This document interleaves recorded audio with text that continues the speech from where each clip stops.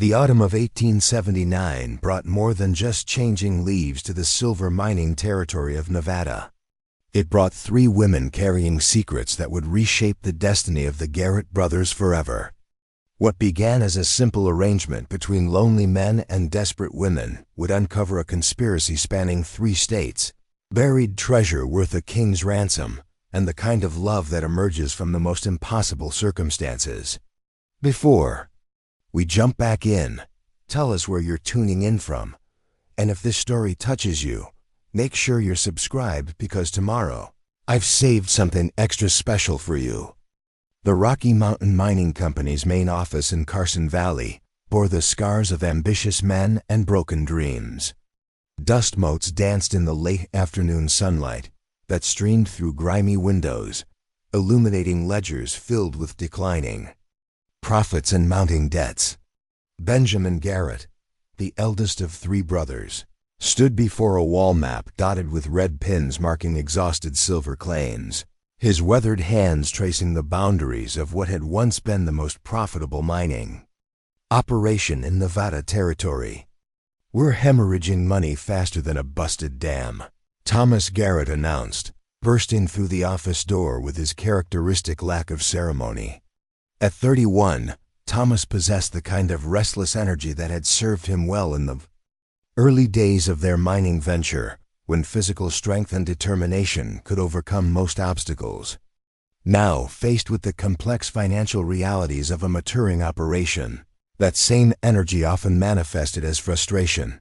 Benjamin turned from the map, his steel-gray eyes reflecting the weight of responsibility he'd carried since their father's death in a tunnel collapse 3 years earlier.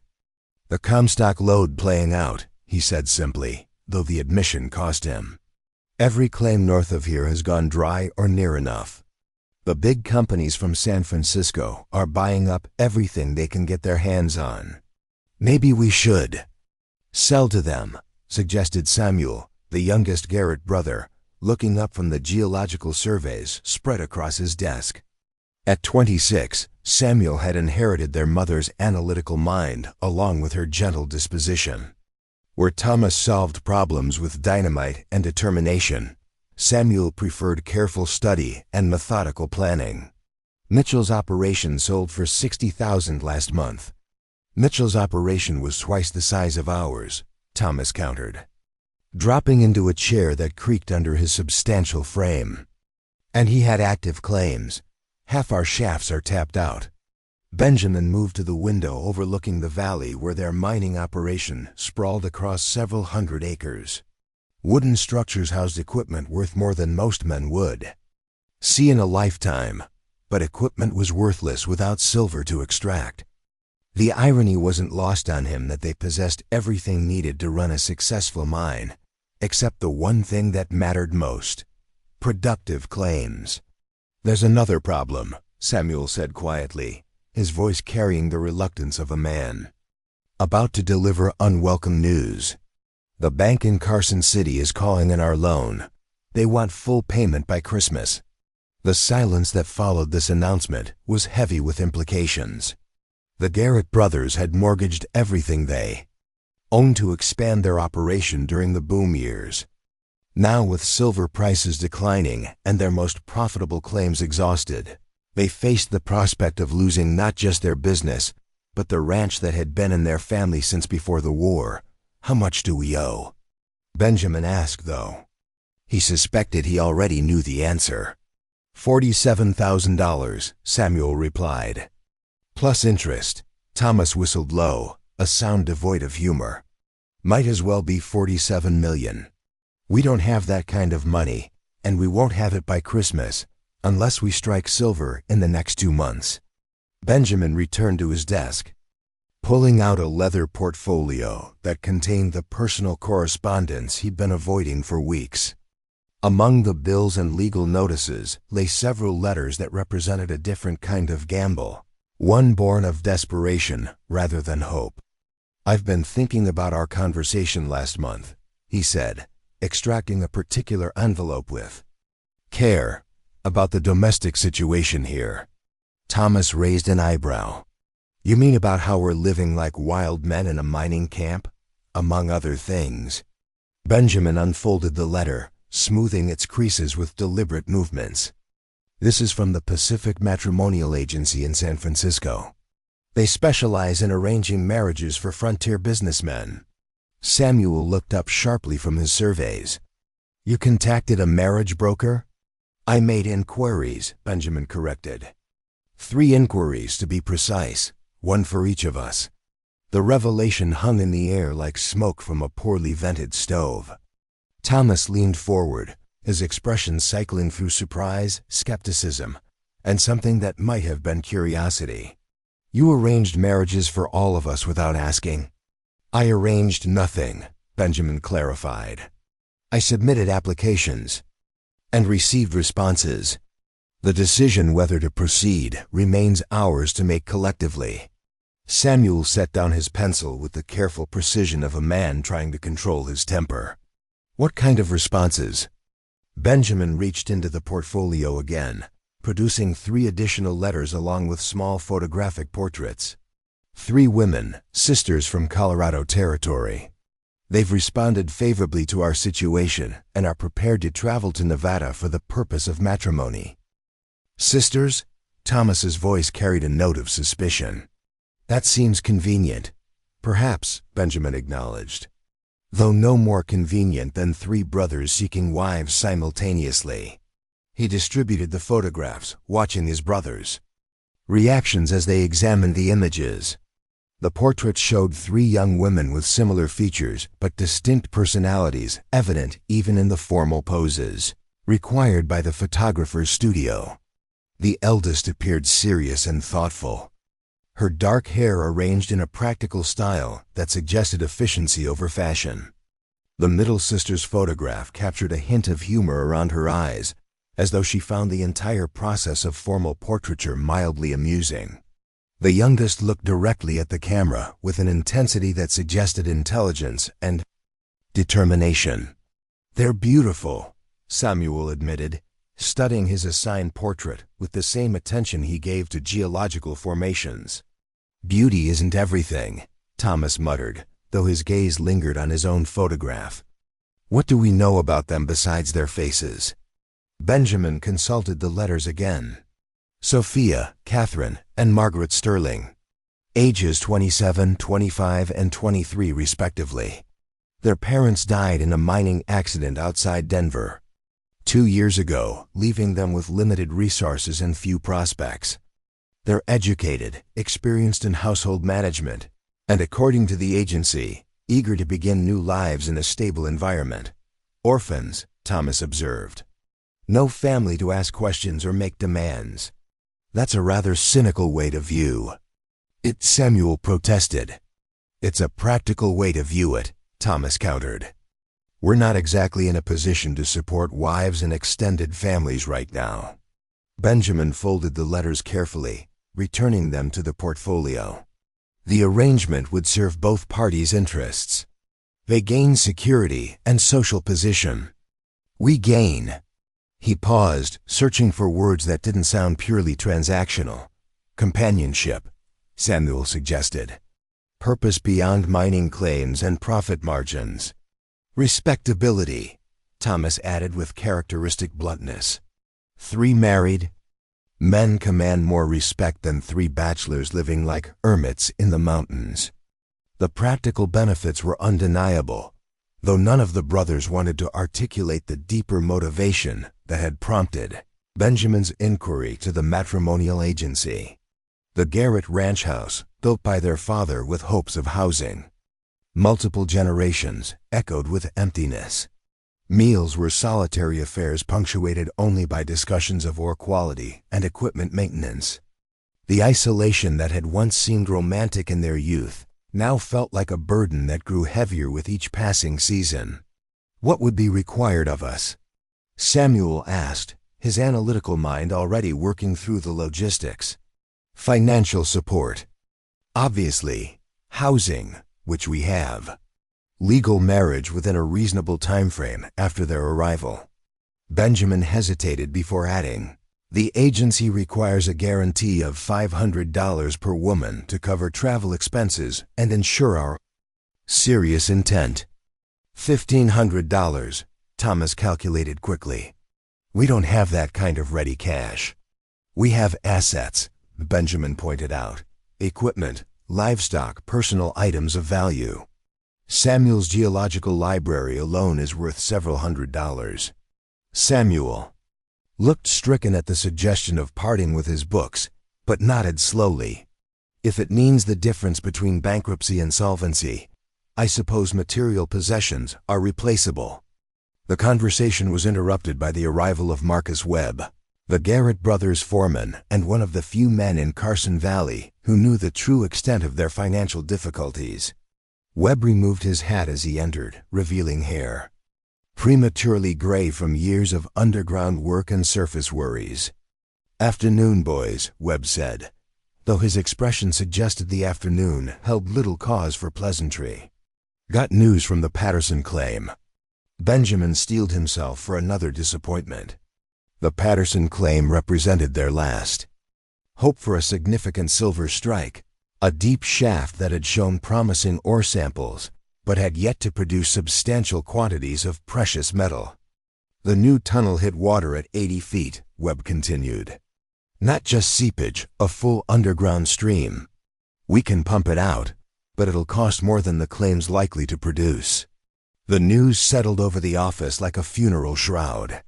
Thomas slumped in his chair, running his hands through his thick brown hair. Samuel stared at his geological surveys as though they had personally betrayed him. Benjamin felt the weight of leadership pressing down on his shoulders with renewed force. "How? Long before the bank takes action?"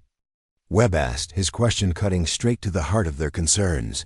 "Christmas," Benjamin replied simply. "We have until Christmas to produce $47,000 or lose everything." Preparing and narrating this story took us a lot of time, so if you are enjoying it, subscribe to our channel. It means a lot to us. Now back to the story. Webb absorbed this information with the stoicism of a man who had witnessed numerous boom and bust cycles in the mining industry. What about the Denver investors who were sniffing around last spring? They withdrew their offer when the Carson City claim started playing out, Thomas answered. Nobody wants to invest in a declining market. Except marriage brokers, apparently, Webb observed, noticing the photographs still scattered across Benjamin's desk. He picked up one of the portraits, studying it with professional interest. "Pretty ladies. You thinking of settling down?" "We're considering all options," Benjamin replied diplomatically. Webb chuckled, a sound that held more understanding than amusement. "Might not be a bad idea. Nothing changes a man's luck quite like a good woman. My Martha always said the right wife could turn disaster into opportunity just by changing how a fellow looks at his problems." The mention of Webb's late wife brought a moment of respectful silence. Martha Webb had been one of the few women to thrive in the harsh environment of Carson Valley, transforming a crude mining camp into something resembling a community through sheer force of will and determined hospitality. Her death from pneumonia the previous winter had left a void that extended far beyond her husband's personal grief. "These sterling sisters," Webb continued, replacing the photograph with careful precision. "What do you know about their people?" "Orphans from Colorado Territory," Samuel answered. "Parents died in a mining accident." Webb's expression grew thoughtful. "Mining families produce strong women, have to survive. When would they arrive?" Benjamin consulted his correspondence again. "The agency suggests a month for arrangements and travel. Sooner if we can guarantee accommodations and transportation." "The house has been empty for too long," Webb observed. "Needs a woman's touch to make it feel like a home again instead of just a place where 3 men happen to sleep." The foreman's endorsement carried significant weight with all 3 brothers. Webb had known their parents, had helped their father build the ranch from raw wilderness into a functioning operation. His approval of their domestic arrangements would go far toward legitimizing the marriages in the eyes of the community. "There's another consideration," Benjamin said, addressing the practical concerns that had been weighing on his mind. 3 wives will require household staff, expanded food budgets, appropriate furnishings. The initial expense will be substantial. Investment, Thomas corrected. If we're serious about presenting ourselves as successful men worthy of quality wives, we need to act the part. Samuel nodded agreement. The agency will likely investigate our financial claims before allowing the women to travel. We need to demonstrate stability. The irony of their situation wasn't lost on any of them.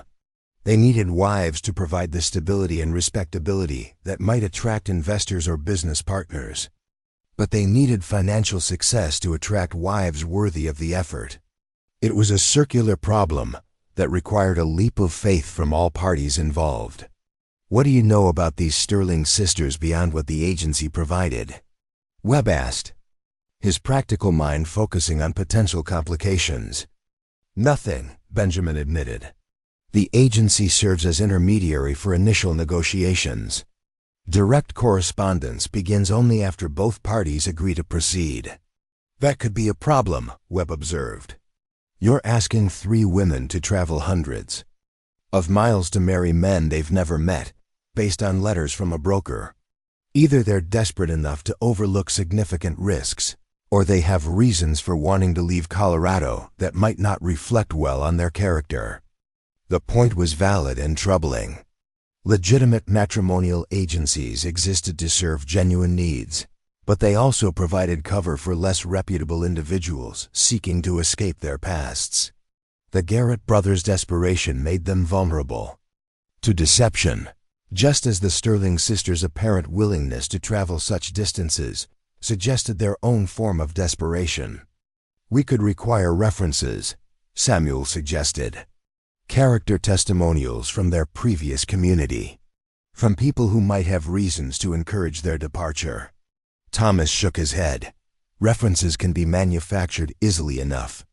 Benjamin gathered the photographs and letters, his decision crystallizing despite the uncertainties involved. We proceed with caution, but we proceed.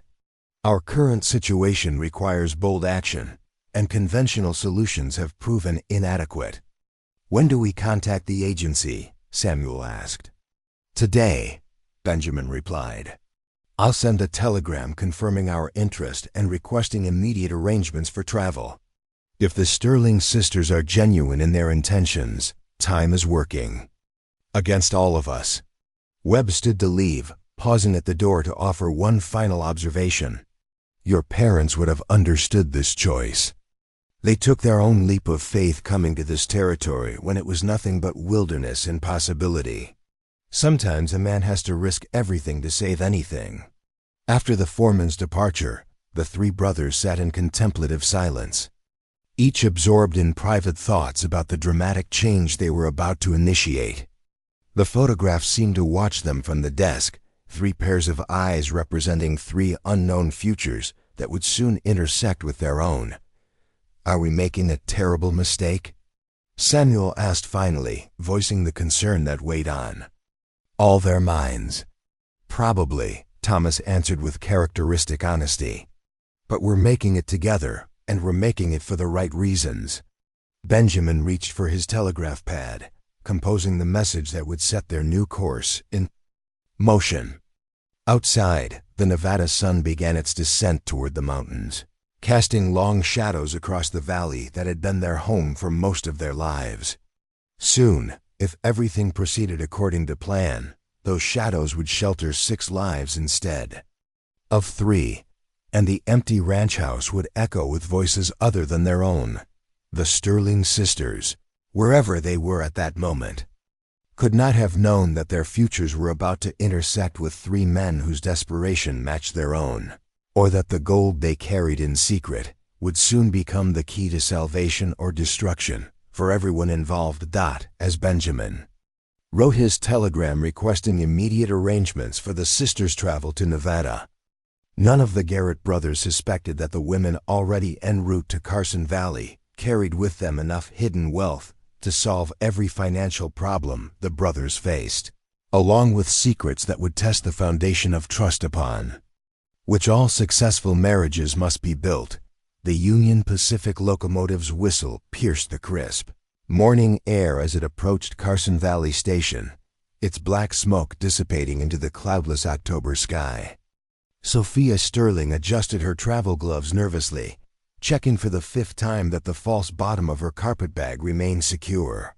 Beside her in the passenger compartment, her sisters Catherine and Margaret maintained an outward appearance of calm that belied the tension crackling between them like electricity before a thunderstorm. "Remember," Sophia whispered, her voice barely audible above the train's rhythmic clacking, "we are exactly who we claim to be, orphan sisters seeking security through marriage. Nothing more, nothing less." Catherine nodded, her fingers unconsciously tracing the outline of the leather pouch sewn into the lining of her coat. The weight of the gold coins inside had become as familiar as her own heartbeat during the week-long journey from Denver. The Garrett brothers expect desperate women grateful for any opportunity. That part won't require much acting. Margaret, the youngest but perhaps the shrewdest of the three, peered through the window at the approaching station. "Look at this place," she murmured. "It's barely more than a frontier outpost. Perfect for people who don't want too many questions asked about their past." The observation carried truth that none of them wanted to acknowledge too directly. Carson Valley represented the kind of isolated community where newcomers could reinvent themselves completely, provided they possessed the courage to maintain their fabricated identities indefinitely. For the Sterling sisters, that isolation offered both opportunity and danger in equal measure. As the train shuddered to a halt, Sophia gathered her composure with the practiced ease of someone accustomed to concealing her true thoughts. She had become the leader of their small conspiracy through necessity rather than choice, thrust into the role when their father's dying words revealed the location of a fortune that officially didn't exist. The responsibility of protecting her sisters and managing their dangerous secret had aged her beyond her 27 years, though she had learned to mask that burden behind a facade of gentle compliance. "Ladies arriving on the eastbound?" called a conductor, consulting his passenger manifest. "Sterling party for Carson Valley?" "That would be us," Sophia replied, rising gracefully despite the travel fatigue that made her bones ache. The week-long journey had tested their endurance and their commitment to their plan in ways she hadn't anticipated. Every mile had carried them further from the familiar world of Denver society and deeper into a landscape where different rules applied. The platform was little more than a wooden deck beside the tracks, surrounded by the kind of utilitarian buildings that characterize frontier communities, focused on function rather than aesthetics. A general store, a saloon, a stable, and what appeared to be a hotel comprised the visible commercial district. Beyond these structures, scattered residences and mining operations dotted the valley floor, connected by dirt roads that would become impassable mud during the spring thaw. "Miss Sterling?" a voice called from near the station house, and Sophia turned to see 3 men approaching with the measured gait of individuals trying to make a positive first impression. The eldest, who bore the unmistakable bearing of authority, removed his hat in a gesture of old-fashioned courtesy that seemed genuine rather than calculated. "I'm Benjamin Garrett," he said, his voice carrying the slight roughness of someone accustomed to shouting over mining equipment. "These are my brothers Thomas and Samuel. We're honored by your willingness to travel such a distance to meet us." Sophia studied Benjamin's face carefully, noting the lines around his eyes that spoke of outdoor work and serious responsibilities. His clothing was well maintained but practical, chosen for durability rather than fashion. Most importantly, his direct gaze suggested honesty, though she had learned not to trust first impressions where men were concerned. "Mr. Garrett," she replied with precisely the right combination of warmth and reserve. "I'm Sophia Sterling, and these are my sisters Catherine and Margaret. Thank you for arranging our transportation." The journey was quite comfortable, considering the distance. The introductions continued with the careful formality of a diplomatic negotiation. each party assessing the other while maintaining polite social conventions. Thomas Garrett possessed the solid build and confident manner of a man accustomed to physical challenges, while Samuel seemed more scholarly, his intelligent eyes taking in details that his brothers might overlook. All three men appeared genuinely pleased by the sisters' arrival, though Sophia detected an underlying tension that suggested their own motivations were more complex than simple loneliness. "We've arranged accommodations at the Carson Valley Hotel," Benjamin explained, gesturing toward the most substantial building visible from the platform. "Private rooms, naturally, until we've had time to become better acquainted and discuss the arrangements more thoroughly." "How thoughtful," Catherine responded, though her tone carried the faintest hint of irony that only her sisters would recognize. The hotel appeared respectable enough for a frontier establishment, but it was clearly a far cry from the luxury they had known during their father's prosperous years. Samuel stepped forward to help with their luggage, his movements careful and respectful. "I hope the accommodations will prove adequate. Carson Valley doesn't offer the amenities of larger cities, but we've tried to ensure your comfort during your stay." "I'm sure everything will be perfectly suitable," Margaret assured him, though her quick glance toward her sisters conveyed a different message entirely. The youngest Sterling had inherited their father's ability to assess situations rapidly and accurately, a skill that had proven invaluable in planning their current deception. As they walked toward the hotel, Sophia became aware of curious stares from the few townspeople visible on the main street. Three well-dressed women arriving simultaneously in a community where eligible females were presumably scarce would naturally attract attention, but she sensed something more than casual interest in the observers. Several conversations stopped abruptly as they passed, resuming in whispers once the group had moved beyond hearing range. "Is the community always so attentive to newcomers?" she asked Benjamin, keeping her tone light despite her growing concern. About unwanted scrutiny, Benjamin's expression darkened slightly. "Word travels quickly in small towns. I'm afraid your arrival has been anticipated with considerable interest. 3 unmarried women are a significant event in a place like Carson Valley." The explanation was reasonable, but it highlighted a potential complication the sisters hadn't fully considered.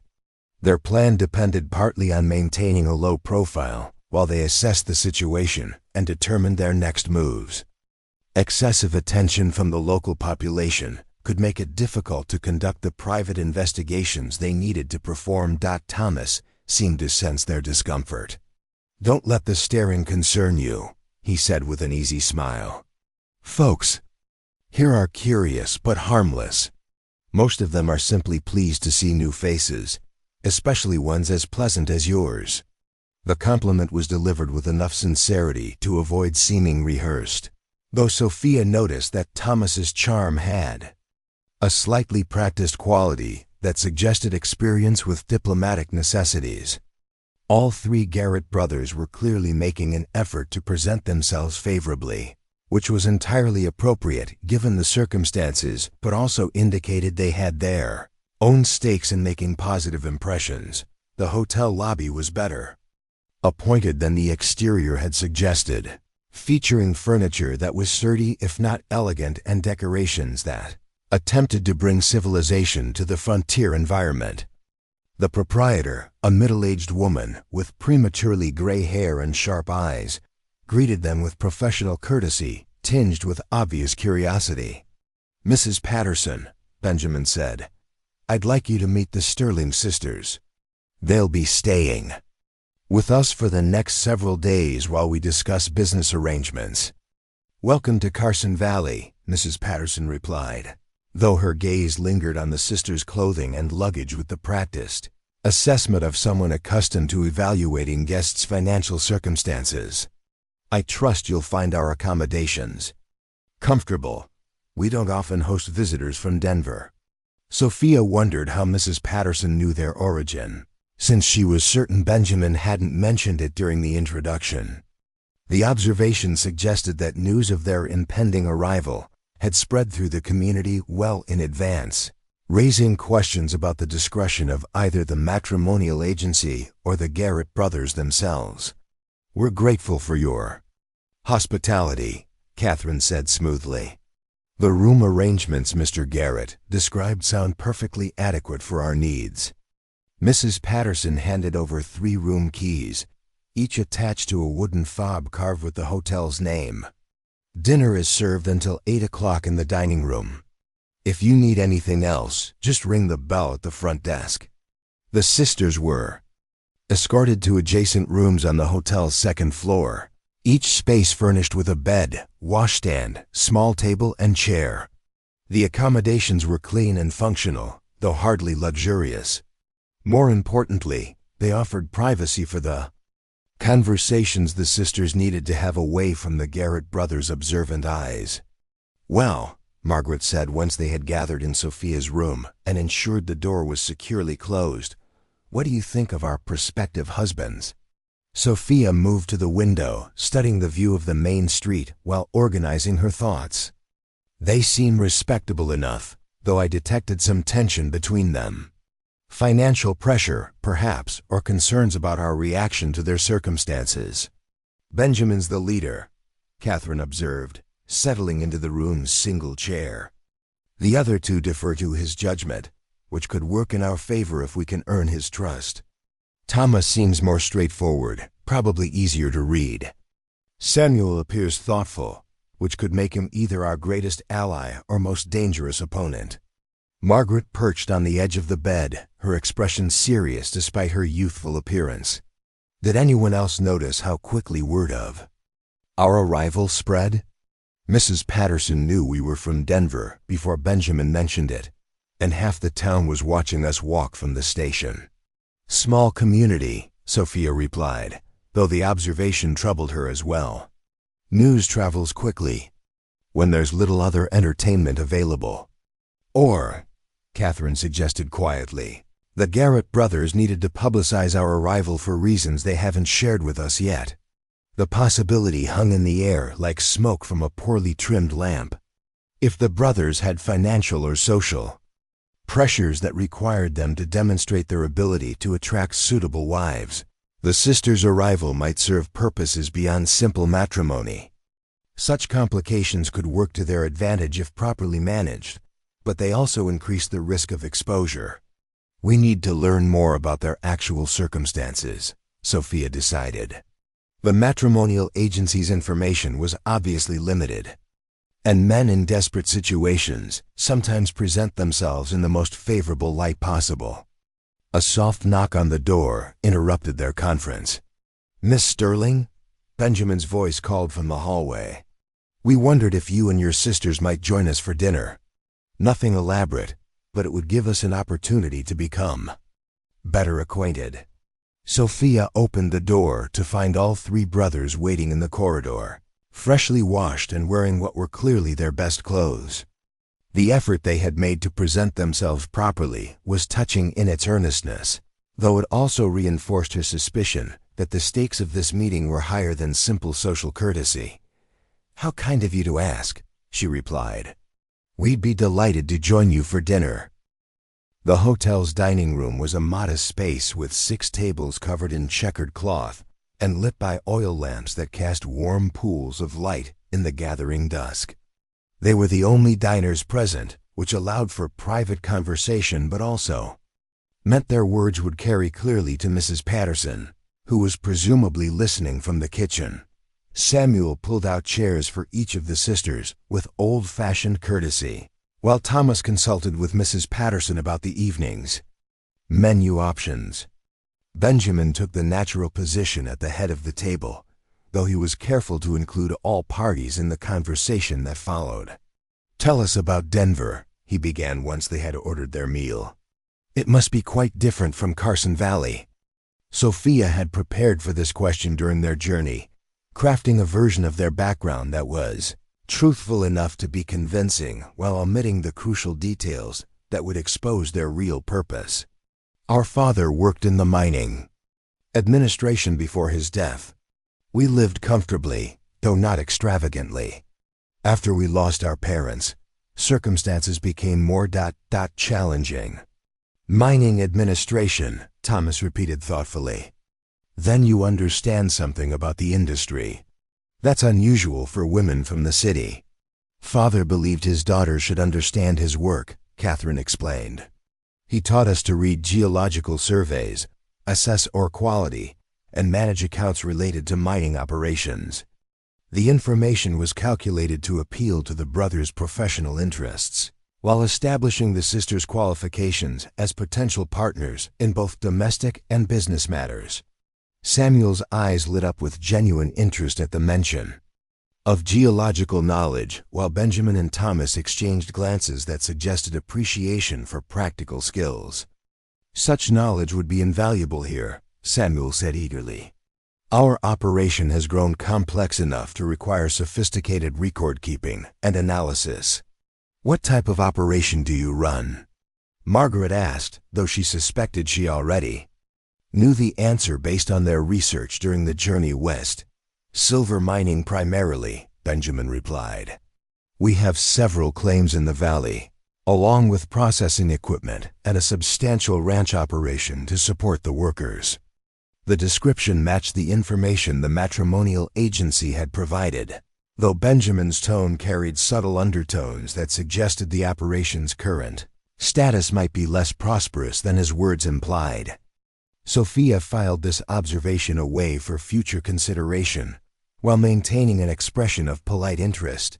Their meal arrived shortly thereafter, roasted beef with vegetables and fresh bread that was surprisingly good for a frontier establishment. The conversation during dinner covered safe topics, the weather, travel conditions, general observations about the territory, while both sides continued their careful assessment of each other. How long have you lived in Carson Valley? Catherine asked during a lull in the conversation. Most of our lives, Thomas answered. Our parents established the ranch when we were children. We've expanded the operation significantly since taking over after my father's death. It must be difficult managing such a large enterprise, Sophia observed sympathetically. Challenging, Benjamin agreed, but rewarding. There's satisfaction in building something substantial from raw wilderness. Samuel nodded enthusiastically. The geological formations here are fascinating. We've discovered mineral deposits that previous surveys missed entirely. His comments sparked a technical discussion about mining techniques that revealed both his expertise and his passion for the work. Margaret asked intelligent questions that demonstrated her own understanding of the subject, earning approving looks from all three brothers. As the evening progressed, Sophia found herself genuinely impressed by the Garrett brothers' knowledge and dedication. Whatever financial pressures they might be facing, they clearly possessed the skills and experience necessary for success in their chosen field. Their treatment of the sisters was respectful without being obsequious, confident without being arrogant. Still, she detected undercurrents that suggested complications beneath the surface courtesy. Benjamin occasionally checked his pocket watch with the unconscious gesture of a man aware of pressing deadlines. Thomas's jokes carried a slight forced quality that hinted at underlying tension. Samuel's enthusiasm for technical subjects seemed partly designed to avoid discussing practical concerns. What are your expectations for the future? Benjamin asked as they finished their meal. Assuming our arrangements prove mutually satisfactory, what kind of life do you envision here? The question was fair but loaded with implications. Sophia chose her words carefully, aware that her answer would influence the direction of all subsequent negotiations. We hope to find purpose and security, she replied honestly. Our upbringing prepared us for active participation in our husband's enterprises, whether domestic or professional. We're not seeking a life of idle leisure. That's fortunate, Thomas said with a grin, because Carson Valley doesn't offer much opportunity for idle leisure. The comment earned laughter from the group, breaking some of the formal tension that had characterized the evening. As they prepared to retire to their rooms, Benjamin addressed the practical arrangements for the following day. Tomorrow we'll show you the ranch and mining operations, if you're interested. It would give you a better understanding of our circumstances and prospects." "We'd be very interested," Sophia assured him. "Such a tour would help us make informed decisions about our future here." As the sisters returned to their rooms, each carried different impressions of the evening and their prospective husbands. The Garrett brothers had proven more sophisticated and appealing than they had expected, which complicated their mission in ways they hadn't anticipated. Later, gathered once again in Sophia's room, they shared their observations and concerns. "They're hiding something," Margaret stated flatly. "Financial troubles, most likely. Benjamin keeps checking his watch like he's counting down to something, and they're all trying too hard to impress us." "Which works to our advantage," Catherine pointed out. "Desperate men are less likely to ask difficult questions about our backgrounds." Sophia nodded, though she felt a growing unease about the deception they were perpetrating. The Garrett brothers seemed like genuinely decent men caught in difficult circumstances, much like herself and her sisters. The thought of exploiting their vulnerability for personal gain was becoming increasingly uncomfortable. "Tomorrow's tour will be crucial," she said finally. "We need to assess their actual financial situation and determine how long we can maintain our cover while we search for their father's cash." Outside her window, Carson Valley settled into the quiet of evening, its scattered lights twinkling like earthbound stars across the dark landscape. Somewhere in those hills lay a fortune in gold that belonged to the Sterling family by right of discovery and inheritance. Finding it would secure their future and allow them to escape the web of deception they had woven. But first, they had to survive their developing relationships with three men, who were proving far more complex and appealing than their desperate plan had accounted for. The morning sun painted the Nevada mountains in shades of copper and gold as the Sterling sisters prepared for their tour of the Garrett mining operation. Sophia fastened the buttons of her practical riding dress, chosen specifically for its deep pockets where she could conceal the compass and crude map her father had sketched during his final delirium. According to his feverish words, the hidden cache lay somewhere within a day's ride of the major silver operations in Carson Valley, precisely the area they would be exploring today. "Remember to watch for landmarks," she instructed her sisters as they gathered in the hotel lobby. "Rock formations, distinctive trees, anything that might match Father's descriptions."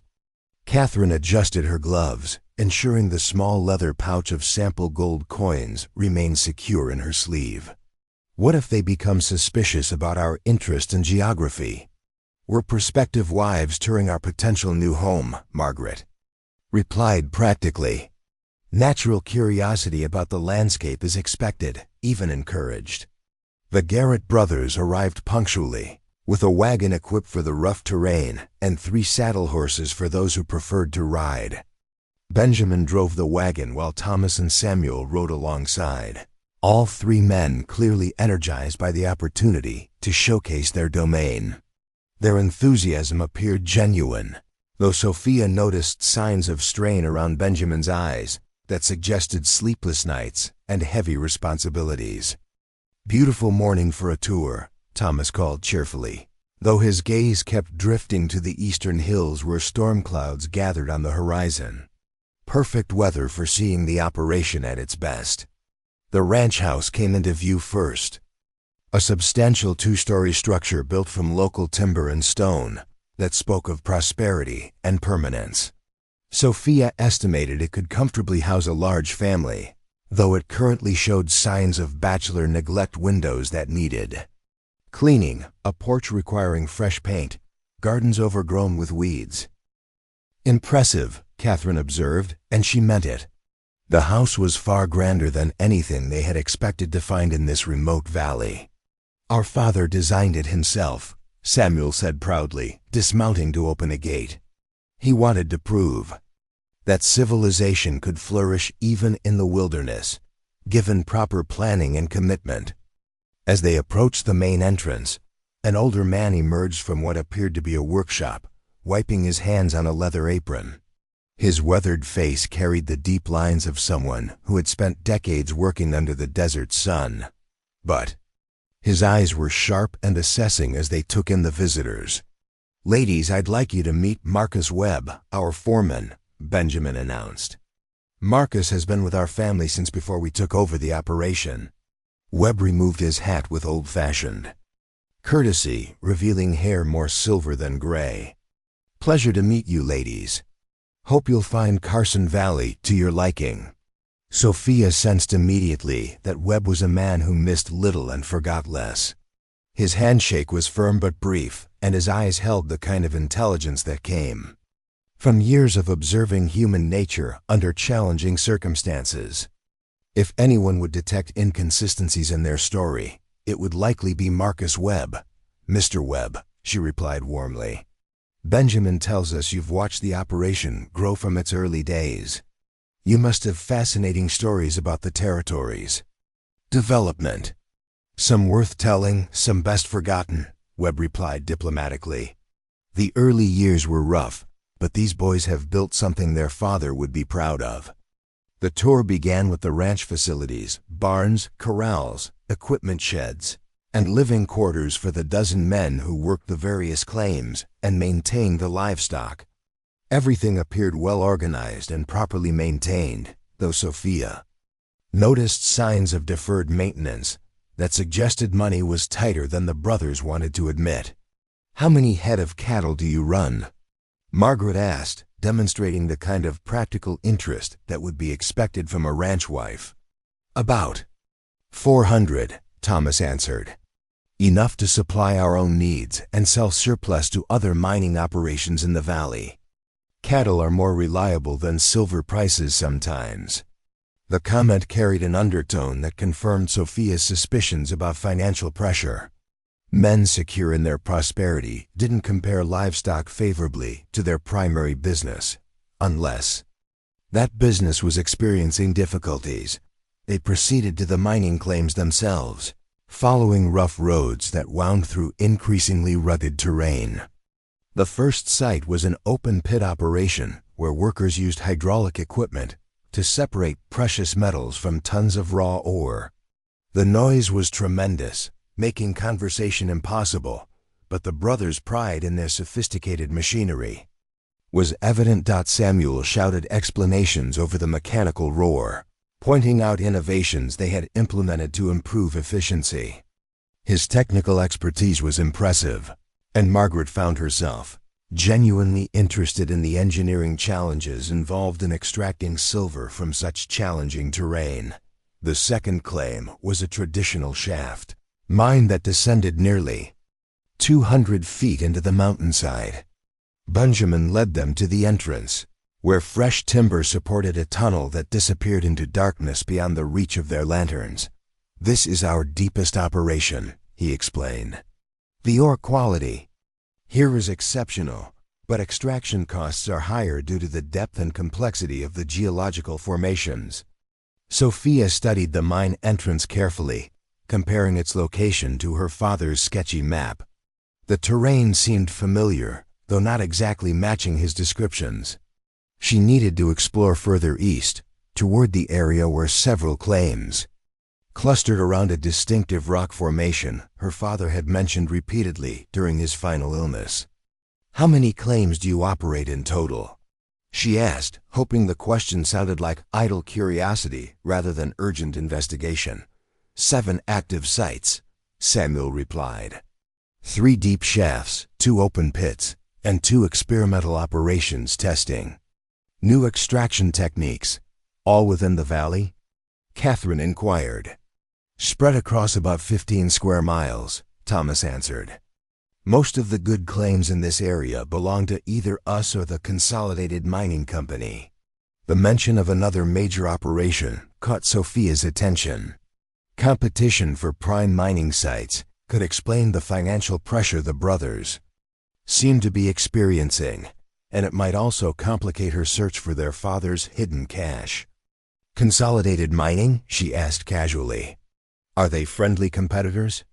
The brothers exchanged glances that carried undertones of tension and possibly hostility.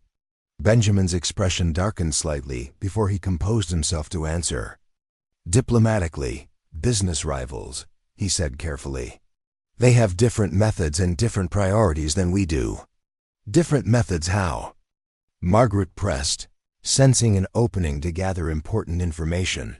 Thomas snorted derisively before his brother could stop him. "They buy up claims from families facing hard times, usually for a fraction of their actual value. Not exactly a sporting competition." "Thomas," Benjamin warned quietly, clearly uncomfortable with discussing business difficulties in front of potential wives. But Samuel seemed to share his brother's frustration with their competitors. "Consolidated has been systematically acquiring smaller operations throughout the valley. They offer cash to people who need quick money, regardless of whether the price is fair." Sophia felt a chill of recognition. The pattern sounded exactly like the tactics her father had described in his private journals, predatory businesses that exploited temporary financial difficulties to acquire valuable assets at bargain prices. If Consolidated Mining was employing such methods, the Garrett brothers might be under more pressure than simple market fluctuations would explain. "Have they approached you?" she asked, making the question sound like natural concern for her potential future. "Several times," Benjamin admitted reluctantly. "Their offers have been inadequate." Webb, who had been following the tour silently, finally spoke up. "What Benjamin's too polite to say is that Consolidated's been trying to force us out for months. They've made it clear they want our claims, and they're not particularly concerned about playing fair to get them." The revelation added a new dimension to the brothers' circumstances that could work either for or against the sisters' mission. External pressure might make the men more desperate and therefore more vulnerable to manipulation, but it could also make them more suspicious of strangers who asked too many questions about their operations. They continued the tour to the easternmost claims, where the terrain became more rugged and the geological formations more distinctive. Sophia's pulse quickened as she recognized features that matched her father's descriptions: a peculiar outcropping of red rock shaped like a pointing finger, a creek that curved around a stand of ancient pine trees, and most importantly, a small valley hidden between two ridges where her father claimed to have made his discovery. "What's beyond that ridge?" she asked, pointing toward the area where the cache should be located. "Undeveloped land mostly," Samuel replied. "Some old claims that played out years ago, plus territory that's too remote for profitable extraction." "Could we see it?" Margaret asked with apparent innocence. "The landscape is so dramatic here. I'd love to understand the full scope of your holdings." Benjamin checked his pocket watch, a gesture Sophia had noticed several times during their tour. "We have time for a brief detour, but we should return to the ranch before the weather changes." The storm clouds Thomas had noted earlier were indeed building into a more serious threat, with dark masses gathering above the eastern peaks. But Sophia couldn't pass up this opportunity to investigate the area where their father's treasure was supposedly hidden. They followed a narrow track that climbed steadily through rough country, dotted with abandoned mine shafts and the remains of earlier operations. The signs of previous mining activity were encouraging. If her father had indeed discovered gold in this area, he wouldn't have been the first to suspect the region's potential. "Lot of failed dreams up here," Webb observed, noting the sisters' interest in the abandoned equipment. "Mining's a hard business that breaks more men than it makes rich." "Were these claims unsuccessful?" Catherine asked. "Most folks gave up too soon," Thomas explained. "They'd hit a difficult seam or encounter water problems and abandon promising sites rather than invest in proper equipment." The comment aligned perfectly with her father's theory about hidden wealth and supposedly exhausted claims. According to his journals, previous miners had often missed secondary deposits that required more sophisticated extraction techniques to access profitably. They reached the small valley her father had described just as the first raindrops began to fall. Sophia's heart raced as she recognized the distinctive rock formations and the creek that matched his sketched map perfectly. Somewhere in this isolated basin lay a fortune in gold that could change all their lives if she could find it without arousing suspicion. Atmospheric, Margaret commented, studying the landscape with apparent artistic appreciation. The isolation must make it feel like the edge of the world.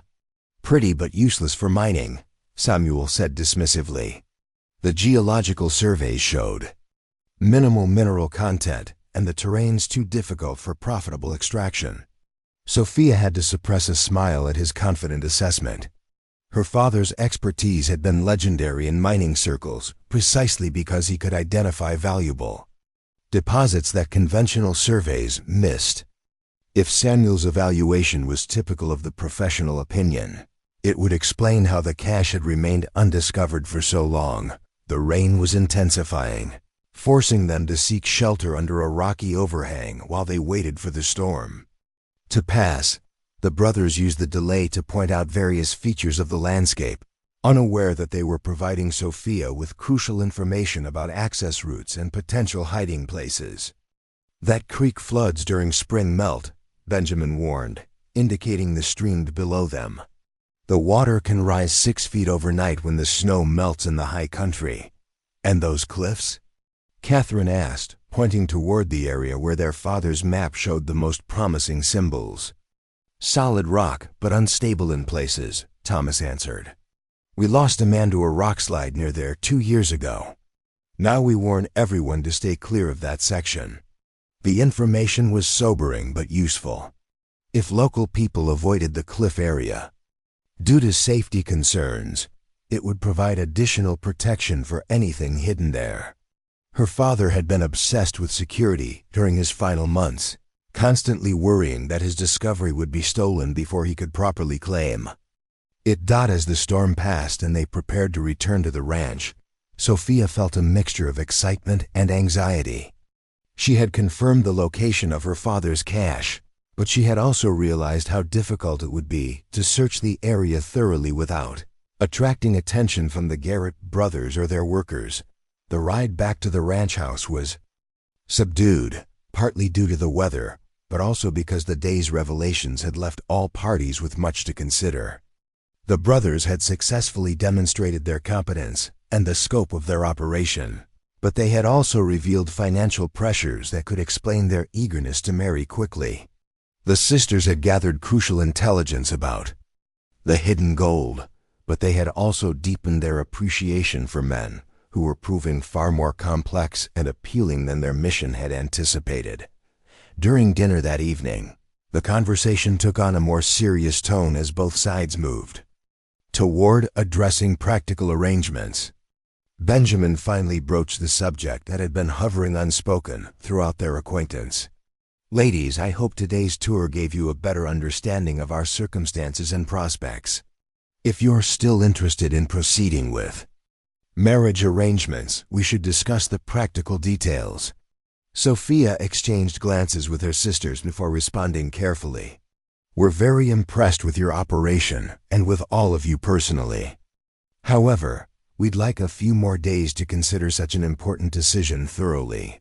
Of course, Benjamin agreed, though she detected relief mixed with disappointment in his expression.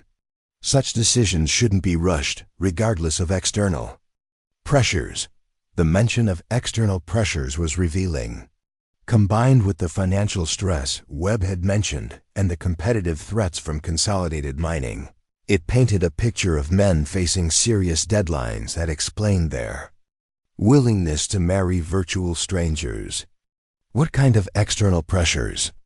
Margaret asked with apparent sympathy. Benjamin hesitated before answering, clearly weighing how much to reveal. Business obligations that require resolution within a specific time frame. Nothing that should concern you directly, but it does influence our timeline for making permanent arrangements. Thomas was less diplomatic. The bank wants their money by Christmas, and Consolidated's circling like vultures waiting for us to fail. Getting married would demonstrate stability and commitment to the community. Thomas, Benjamin said sharply, obviously uncomfortable with such direct discussion of their difficulties. But Sophia found his honesty refreshing after so much careful diplomacy. How serious are these obligations? Samuel, apparently deciding that complete honesty was their best strategy, provided specifics that his brothers had been trying to avoid. We owe $47,000 to the Carson City Bank. If we can't pay by December 25th, they'll foreclose on everything, the ranch, the claims, all of it. The revelation hung in the air like smoke from a poorly ventilated stove. $47,000 was a fortune by frontier standards, representing years of profits from a successful mining operation. The fact that the brothers faced such a massive debt explained everything about their current behavior, the rushed courtship, the careful attention to appearances, and the underlying tension that had characterized all their interactions. That's a substantial obligation, Sophia said carefully, her mind racing through the implications for their own mission. Substantial but manageable if our luck changes, Benjamin insisted, though his voice carried more hope than confidence. We have good claims with proven potential. What we need is time and capital to develop them properly. Catherine leaned forward with apparent concern. Is there no possibility of extending the deadline or negotiating better terms? We've tried, Thomas admitted. But the bank's been bought by interests connected to Consolidated Mining. They're not interested in accommodation. The connection between their creditors and their business rivals painted an even grimmer picture than the raw numbers had suggested. The Garrett brothers weren't just facing financial difficulties. They were caught in a systematic campaign designed to force them out of business entirely. I'm sorry, Margaret said softly. That must be tremendously stressful for all of you. Her sympathy appeared genuine, and Samuel responded to it with gratitude that was touching in its transparency. It's been difficult. The uncertainty affects every decision we make. Sophia felt an unexpected surge of protectiveness toward these men who were clearly fighting against impossible odds. Their plan to use the brothers' desperation for personal gain suddenly seemed not just deceptive but cruel. Yet finding her father's gold remained essential for her own family's security. Perhaps there are solutions that haven't been considered yet, she suggested carefully. New investors, alternative financing arrangements, or other options that might provide the capital you need. Benjamin's smile was rueful. We've explored every conventional possibility. What we need now is either a miracle or a complete change in our circumstances. The irony was overwhelming. The Sterling sisters possessed enough hidden gold to solve the Garrett brothers' financial problems several times over, while the brothers controlled access to the territory where that gold was hidden. Each family could save the other, but only if they could find a way to trust each other with secrets that neither was prepared to reveal.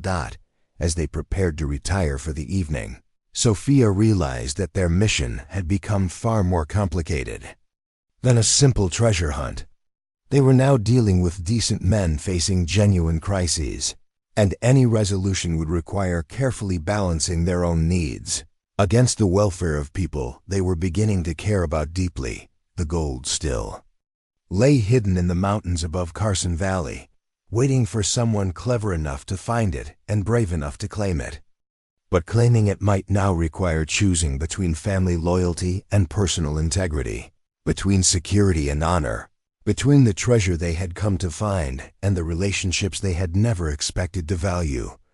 Outside her hotel window, storm clouds continued to gather above the peaks where their father's cash lay hidden, as though the weather itself reflected the mounting complications threatening to overwhelm them all.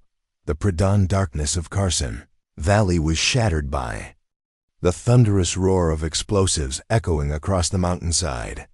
Sophia bolted upright in her hotel bed, her heart racing as the sound reverberated through the thin walls and rattled the windows.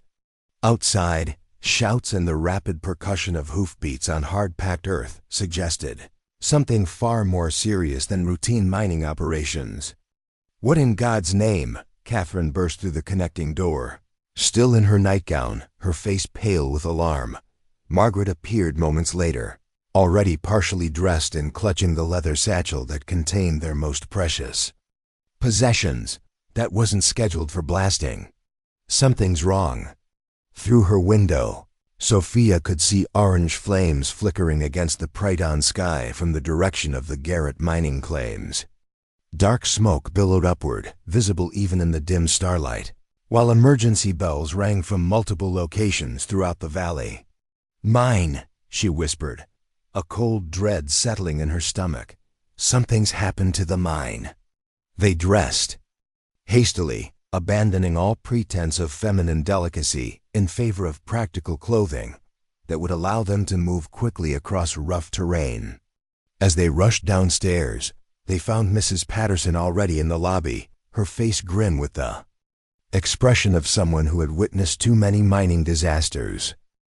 "Explosion at the Garrett operation," she confirmed tersely. "Started about an hour ago. The men rode out as soon as they heard, but from the look of that smoke, it's bad." Sophia's mind raced through the implications. If the brothers were facing a major disaster on top of their existing financial pressures, their desperate situation would become catastrophic.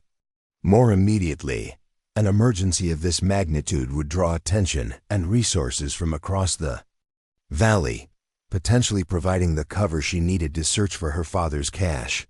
"We need to help," she announced, surprising herself with the vehemence of her declaration.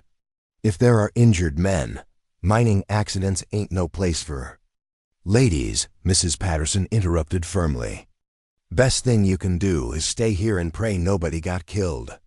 But Sophia was already moving toward the door, driven by an urgency she couldn't entirely explain. Whether motivated by genuine concern for the Garrett brothers or opportunistic calculation about searching the treasure site, she refused to remain idle while events unfolded that could change everything. "We have medical training," she lied smoothly, hoping her sisters would follow her lead. "Our father insisted we learn to treat injuries common in mining communities." Catherine and Margaret nodded agreement, understanding instinctively that they needed to be present for whatever was happening at the claims. Mrs. Patterson looked skeptical but made no further attempt to stop them as they hurried into the pre-dawn darkness. The ride to the mining operation revealed the true scope of the disaster. What had been the main shaft entrance yesterday was now a crater filled with twisted metal and shattered timber. Smoke poured from multiple openings in the mountainside, while emergency crews worked frantically to clear debris and account for missing workers. Benjamin stood near the remains of the mine office, his face blackened with soot and his clothes torn from crawling through unstable passages. His expression carried the hollow look of a man watching his life's work literally go up in smoke. How many men were inside? Sophia heard Marcus Webb asking as they approached the crisis command. "Area 6 on the night shift," Benjamin replied, his voice hoarse from smoke inhalation. "We've pulled out 4 alive, 2 injured but not critically. Still looking for Peterson and Mitchell." Thomas emerged from what remained of the equipment shed, carrying a coil of rope and breathing apparatus. "The secondary tunnel's partially blocked, but we can get through. If they're alive, that's where they'll be." Samuel appeared from the direction of the creek, leading a horse loaded with additional rescue equipment. His scholarly demeanor had been replaced by grim determination as he prepared to enter a mine that could collapse further at any moment. "Miss Sterling." Benjamin noticed their arrival with surprise and what might have been relief. "You shouldn't be here. It's dangerous." "We came to help," Sophia replied firmly. "What do you need?" Before Benjamin could protest, an explosion of smaller debris from one of the damaged tunnels sent everyone scrambling for cover. When the dust settled, it was clear that the mine was still unstable and that time was running critically short for any trapped workers. "The support timbers are failing," Webb reported grimly. "Another cave-in could seal those passages permanently." Margaret stepped forward with sudden inspiration. What about the eastern claims, the ones you showed us yesterday? Could you access the main tunnels from there? Samuel's eyes lit up with understanding. The geological formations connect underground. If we could break through from the Peterson claim, we might reach the trapped sections. That's 2 miles of rough country, Thomas protested. By the time we haul equipment up there. Not if we split up, Benjamin interrupted, his strategic mind engaging despite the crisis. Samuel and I take a crew to attempt the eastern access. Thomas continues the direct rescue effort here. Webb coordinates between both operations. It was a sound plan that maximized their limited resources, but it also presented Sophia with an unexpected opportunity. The eastern claims were precisely where her father's cache was hidden, and the emergency would provide perfect cover for exploring the area without arousing suspicion. "We'll come with the eastern team," she announced before she could reconsider the decision. "Extra hands for carrying equipment." Benjamin started to object, but another minor collapse from the damaged mine made the argument impossible. Every minute of delay reduced the chances of finding the trapped miners alive. "Stay close and follow orders exactly," he commanded, accepting their help with reluctant gratitude. This isn't a pleasure ride. The journey to the eastern claims was harrowing, following treacherous paths made more dangerous by emergency conditions and failing light. Samuel led the way with the confidence of someone who knew every rock and crevice in the territory, while Benjamin coordinated with the main rescue effort through a series of signal fires visible across the valley. Sophia found herself riding beside Samuel, ostensibly to stay close to the group, but actually to gather intelligence about the precise location of the hidden cache. Her father's map indicated a specific rock formation near the eastern boundary of the claims, and she needed to identify it before they became too focused on rescue operations. "That outcropping," she said, pointing toward a distinctive red stone formation that matched her father's sketches. "It's quite unusual. Is it a natural formation?" Samuel glanced at the rocks without slowing his pace. "Ancient volcanic activity, probably. The whole eastern section has unusual geology that doesn't match the standard mineral surveys." His comment confirmed her father's theory about hidden deposits in areas that conventional prospecting had overlooked.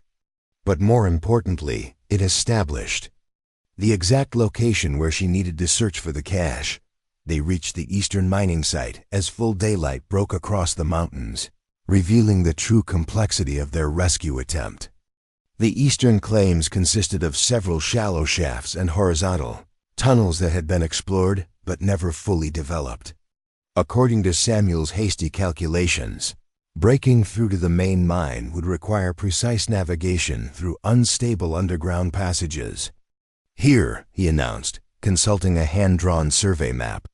"If we can extend this tunnel approximately 200 feet southwest, we should intersect with the main shaft above the collapse zone." Benjamin studied the plan with the focused intensity of a military commander planning a crucial assault. "How long?" 6 hours minimum, assuming we don't hit unexpected obstacles," Samuel replied honestly. "Could be longer if the rock's harder than it looks." 6 hours would provide ample time for Sophia to explore the cache area, provided she could separate herself from the group without arousing suspicion. As the men organized their equipment and began the dangerous work of tunnel extension, she began formulating a plan. "I'll establish a supply station," she announced, gesturing toward a level area near the red rock formation. "Centralized location for food, water, and medical supplies." It was a reasonable suggestion that would position her exactly where she needed to be while providing genuine value to the rescue effort. Benjamin nodded approval, clearly relieved to have the women engaged in useful work away from the most dangerous activities. Catherine and Margaret understood immediately what Sophia intended, positioning themselves to provide lookout coverage while she investigated the cache location. The noise of the mining operation would mask any sounds she made, and the emergency atmosphere would explain any unusual behavior, The red rock formation was even more distinctive up close, revealing the unmistakable signs of human modification that her father had described. Natural crevices had been subtly enlarged, creating hiding places that would be invisible to casual observation, but obvious to someone who knew what to look for. Following her father's coded instructions, Sophia located the specific crevice where he had supposedly hidden the main cache. Her hands trembled as she reached into the narrow opening, feeling carefully for the leather-wrapped bundle that represented their family's salvation. Her fingers touched metal, then leather, then the unmistakable weight of gold coins wrapped in oiled cloth. The cache was real, exactly where her father had promised it would be, containing wealth that could solve every problem facing both their families. But as she carefully extracted the first bundle, she heard voices approaching from the direction of the mining operation. Benjamin and Samuel were walking toward her position, apparently intending to check on the supply station she had established. Hastily, Sophia concealed the bundle in her skirts and emerged from the rock formation with what she hoped appeared to be natural composure. Her heart pounded so violently she was certain it must be audible, but she forced herself to smile normally as the men approached. "How's the tunnel work progressing?" she asked, hoping her voice sounded steadier than she felt. "Slower than we hoped," Benjamin replied, his face grim with concern. "The rock's harder than Samuel's surveys indicated, and we're having problems with water seepage." Samuel looked exhausted despite the early hour, his clothes soaked with perspiration and tunnel water. "We might need to try a different approach. The direct route could take too long." Sophia felt the weight of the gold bundle concealed in her clothing and struggled with a sudden moral conflict. She possessed the means to hire professional rescue crews, purchase advanced equipment, and fund any operation necessary to save the trapped miners. But revealing her resources would expose their entire deception and potentially cost her family their only chance at financial security. "What other options do you have?" she asked, genuinely concerned despite her personal conflicts. Benjamin consulted his pocket watch with the habitual gesture that had become painfully familiar. "We could try explosives to break through faster, but that risks bringing down more of the mine. Or we could redirect crews from the main site, but that would mean abandoning the direct rescue attempt." The decision was clearly agonizing for him. As the leader of the family operation, every choice he made could mean the difference between life and death for the trapped workers, success or failure for their entire enterprise. Margaret approached from her lookout position, her expression urgent. "Benjamin, there are riders coming from the valley." "A lot of them." They turned to see a substantial group approaching across the rough terrain, moving with purpose rather than the scattered urgency typical of volunteer rescue efforts. As the riders drew closer, it became apparent that they were well organized and professionally equipped.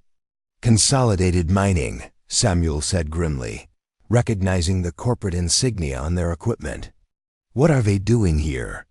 The arrival of their business rivals during a crisis seemed more than coincidental, especially given the systematic campaign Consolidated had been waging to acquire Garrett Holdings.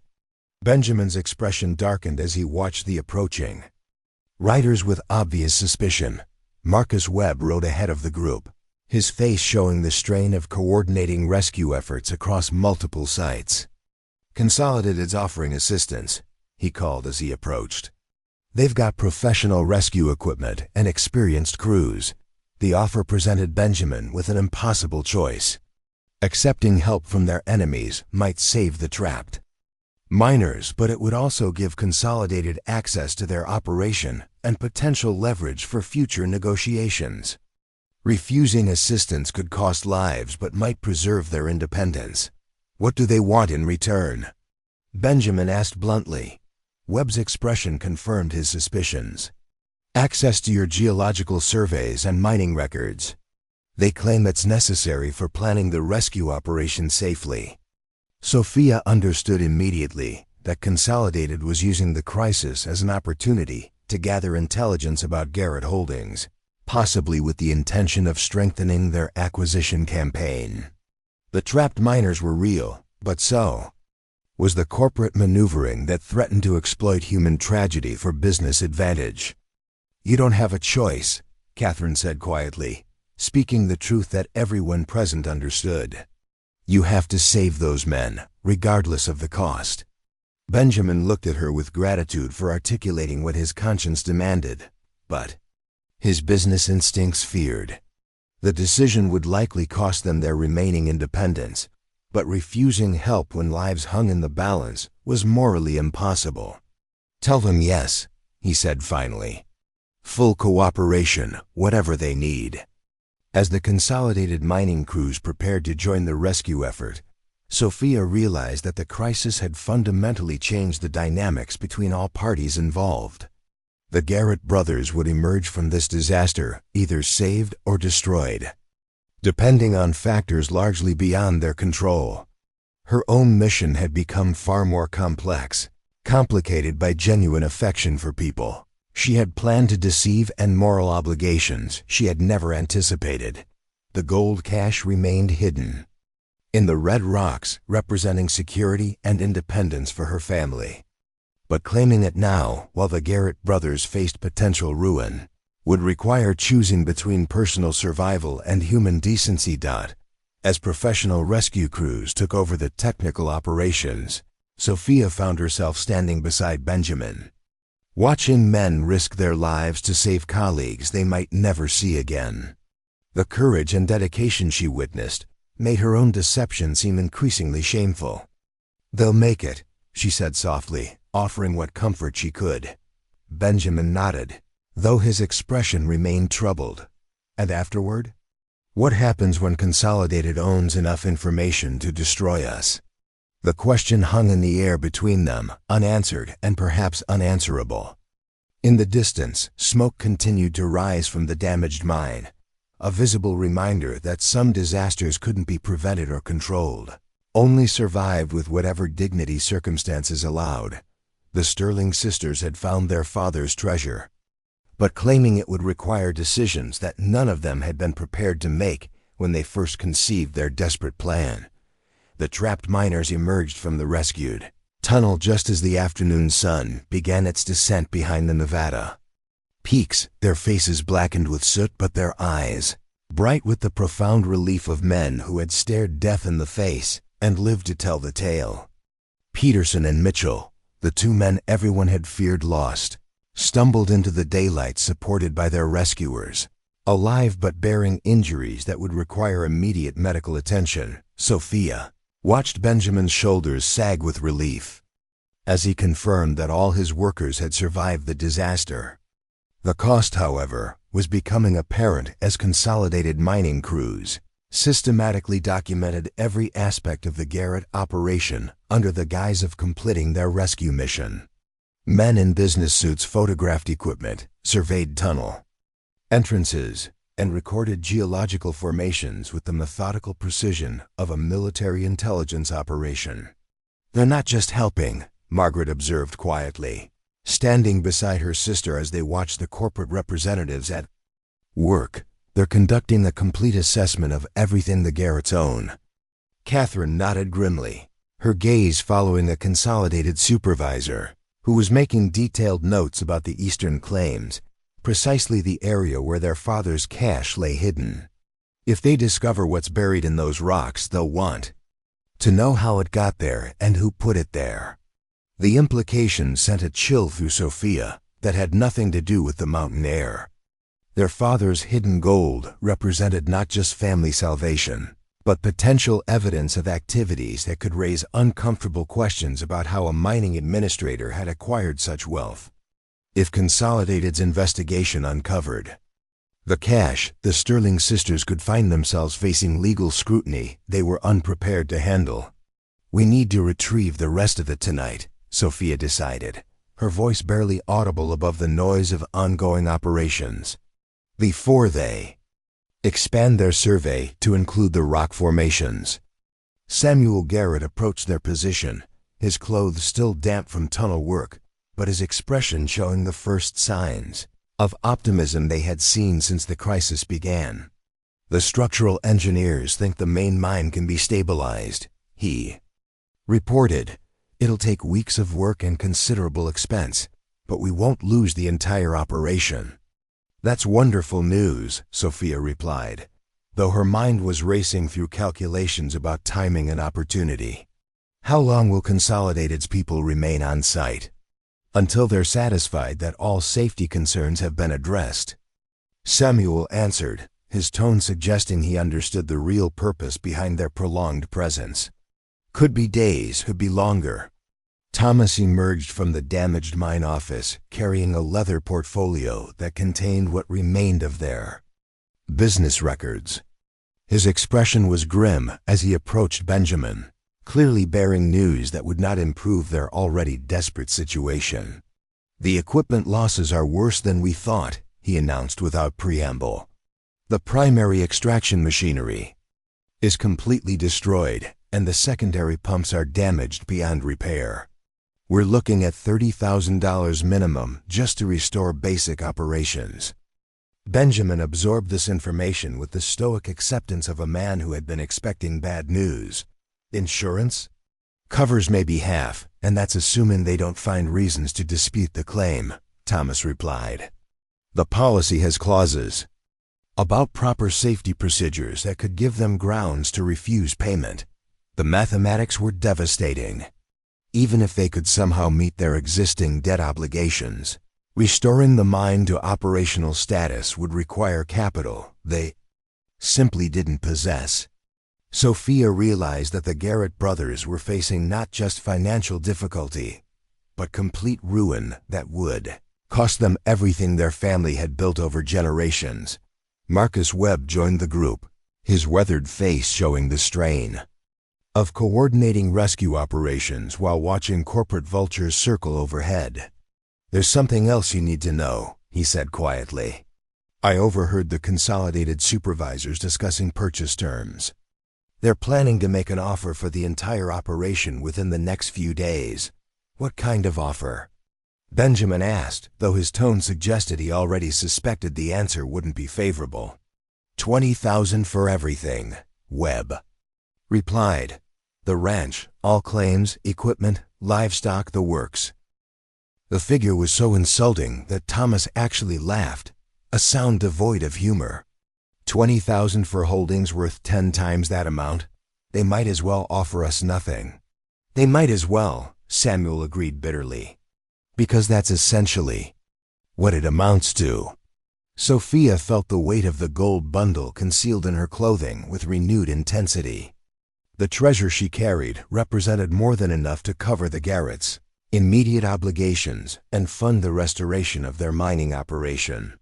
Yet revealing its existence would expose her family's deception and potentially create legal complications that could destroy them all. As the afternoon wore on, the Consolidated crews expanded their survey operations to include areas that had been peripheral to the rescue effort. Sophia watched with growing anxiety as they approached the Red Rock Formation, where the bulk of her father's cash remained hidden. Time was running out for both families, and the window for action was closing rapidly.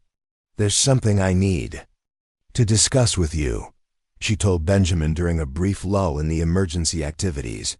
Privately.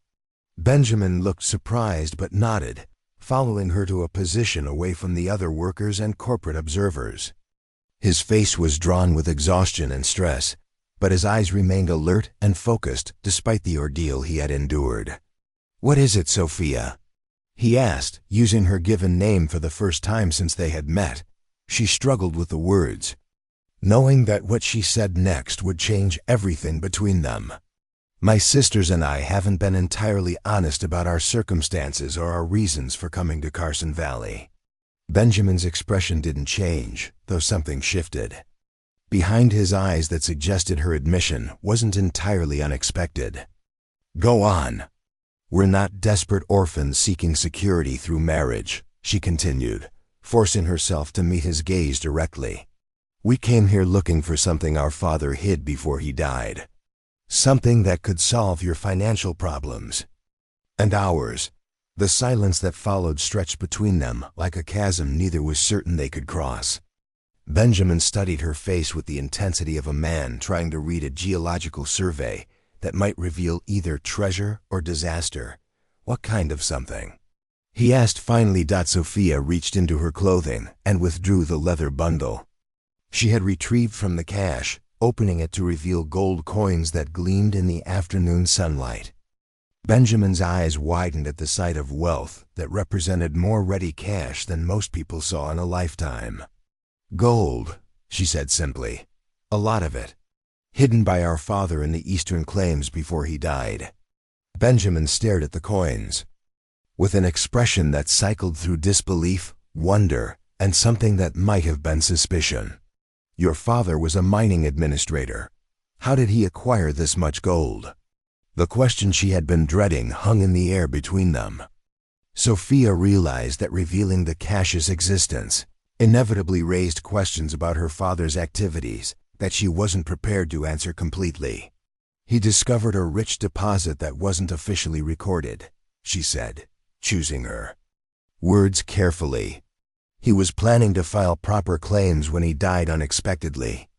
It was true as far as it went, though it omitted crucial details about the circumstances of her father's discovery and his reasons for keeping it secret.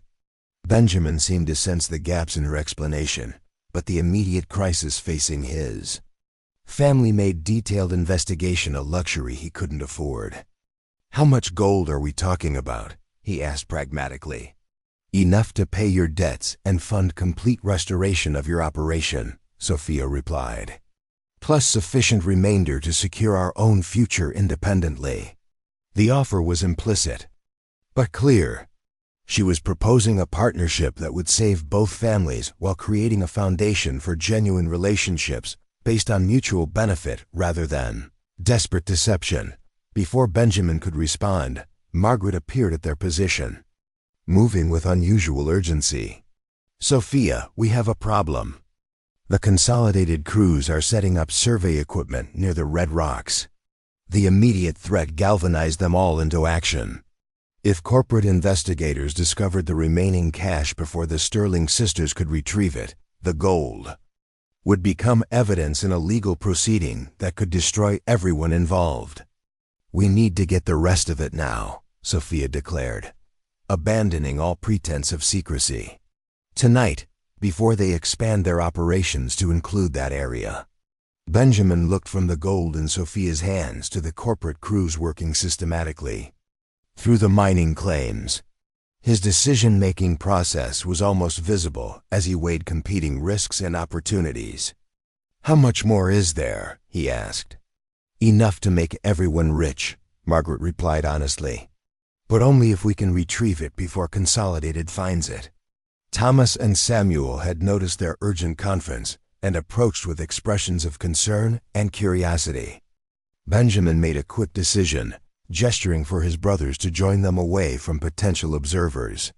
"Change of plan," he announced quietly. "We're going treasure hunting tonight." The next hour was spent in careful preparation for what would essentially be a covert operation conducted under the noses of corporate investigators who had every reason to document anything unusual they observed. The Sterling sisters revealed the full extent of their deception, while the Garrett brothers provided tactical knowledge about the terrain and potential surveillance risks. "Your father really hid a fortune in gold on our claims?" Samuel asked, his scholarly mind fascinated by the logistics involved. "Among other things," Catherine replied, hinting at complexities they hadn't yet revealed. "He was a cautious man who believed in diversifying his insurance policies." Thomas was more direct in his curiosity. "What other things?" Sophia exchanged glances with her sisters before answering. "Documents, records, evidence of activities that certain people preferred to keep private." The implication that their father's cache contained more than simple treasure added another dimension to their mission. If the hidden materials included information that could damage Consolidated mining or other powerful interests, their value might extend far beyond mere financial considerations. As darkness fell across Carson Valley, The rescue operations wound down for the day, leaving skeletal crews to maintain safety watches while the bulk of personnel returned to town. The consolidated supervisors departed with their survey notes and photographs, promising to return the following morning to continue their comprehensive assessment. Perfect timing, Webb observed, watching the corporate representatives disappear into the darkness. They'll be back at first light, which gives us maybe 6 hours to complete whatever needs doing. The treasure recovery operation was planned with military precision. Benjamin and Thomas would maintain normal patrol patterns around the main mining site to deflect attention from the eastern claims. Samuel would accompany the Sterling sisters to provide technical expertise for extracting materials from difficult hiding places. Webb would coordinate communications and provide early warning if anyone approached unexpectedly. The trek to the Red Rock Formation under cover of darkness was treacherous, but manageable for people familiar with the terrain. Sophia led them directly to the cache locations her father had described, using a combination of his coded instructions and her own observations from earlier in the day. "Here," she announced, indicating a crevice that appeared natural but showed subtle signs of human modification. "And there, and over there." He scattered the materials across multiple hiding places to reduce the risk of total loss. The systematic recovery of her father's treasure was like excavating a tomb filled with the remnants of a secret life. Gold coins and nuggets emerged from hidden crevices in quantities that defied easy counting. But more intriguing were the documents wrapped in oiled cloth that had preserved them against moisture and decay. Samuel held his lantern steady as Sophia examined one bundle of papers, her face growing pale as she read contents that revealed the true scope of her father's activities. "What is it?" he asked quietly. "Evidence," she replied, her voice barely audible. "Proof of systematic fraud, bribery, and corruption involving territorial officials and mining companies." The documents painted a picture of organized criminal activity that extended far beyond simple claim jumping or fraudulent surveys. Father had apparently documented a conspiracy involving government officials, corporate executives, and territorial judges who had collaborated to steal valuable mining claims from legitimate owners. "Consolidated Mining," Catherine breathed, reading over her sister's shoulder. "They're mentioned repeatedly. Father was building a case against them." Margaret had discovered additional materials that included detailed maps showing the true extent of mineral deposits throughout Carson Valley. "Look at this," she said excitedly. He surveyed the entire region. "There are silver and gold deposits marked here that nobody else knows about." Samuel studied the maps with professional interest, comparing them to the official geological surveys he had been using to guide the Garrett mining operations. "These show massive deposits in areas we've completely ignored. If this information is accurate, there's enough wealth in this valley to make everyone rich." The revelation transformed their understanding of the entire situation. The hidden cache contained not just money, but information that could revolutionize mining operations throughout the territory. More importantly, it provided evidence that could destroy Consolidated Mining's systematic campaign to acquire valuable claims through fraud and intimidation. "We need to get this to the authorities," Sophia decided, though even as she spoke the words, she realized the complexity of that solution. The territorial government needs to know about the corruption their father had documented. "Which authorities?" Samuel asked pragmatically. "According to these documents, half the territorial administration is involved in the conspiracy."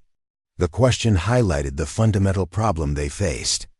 The evidence could bring justice and prevent future corruption, but revealing it would require finding honest officials in a system that had been systematically compromised. As they finished loading the recovered materials onto pack horses, Margaret made an observation that chilled them all.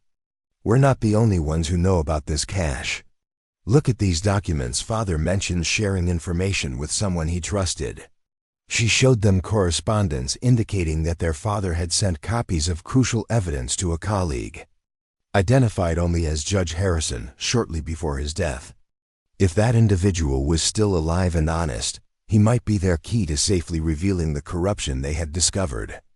Judge Harrison, Samuel repeated thoughtfully. There's a territorial judge by that name in Virginia City. He has a reputation for integrity, which is rare in territorial politics. The possibility offered hope for a solution that could serve both justice and their personal interests.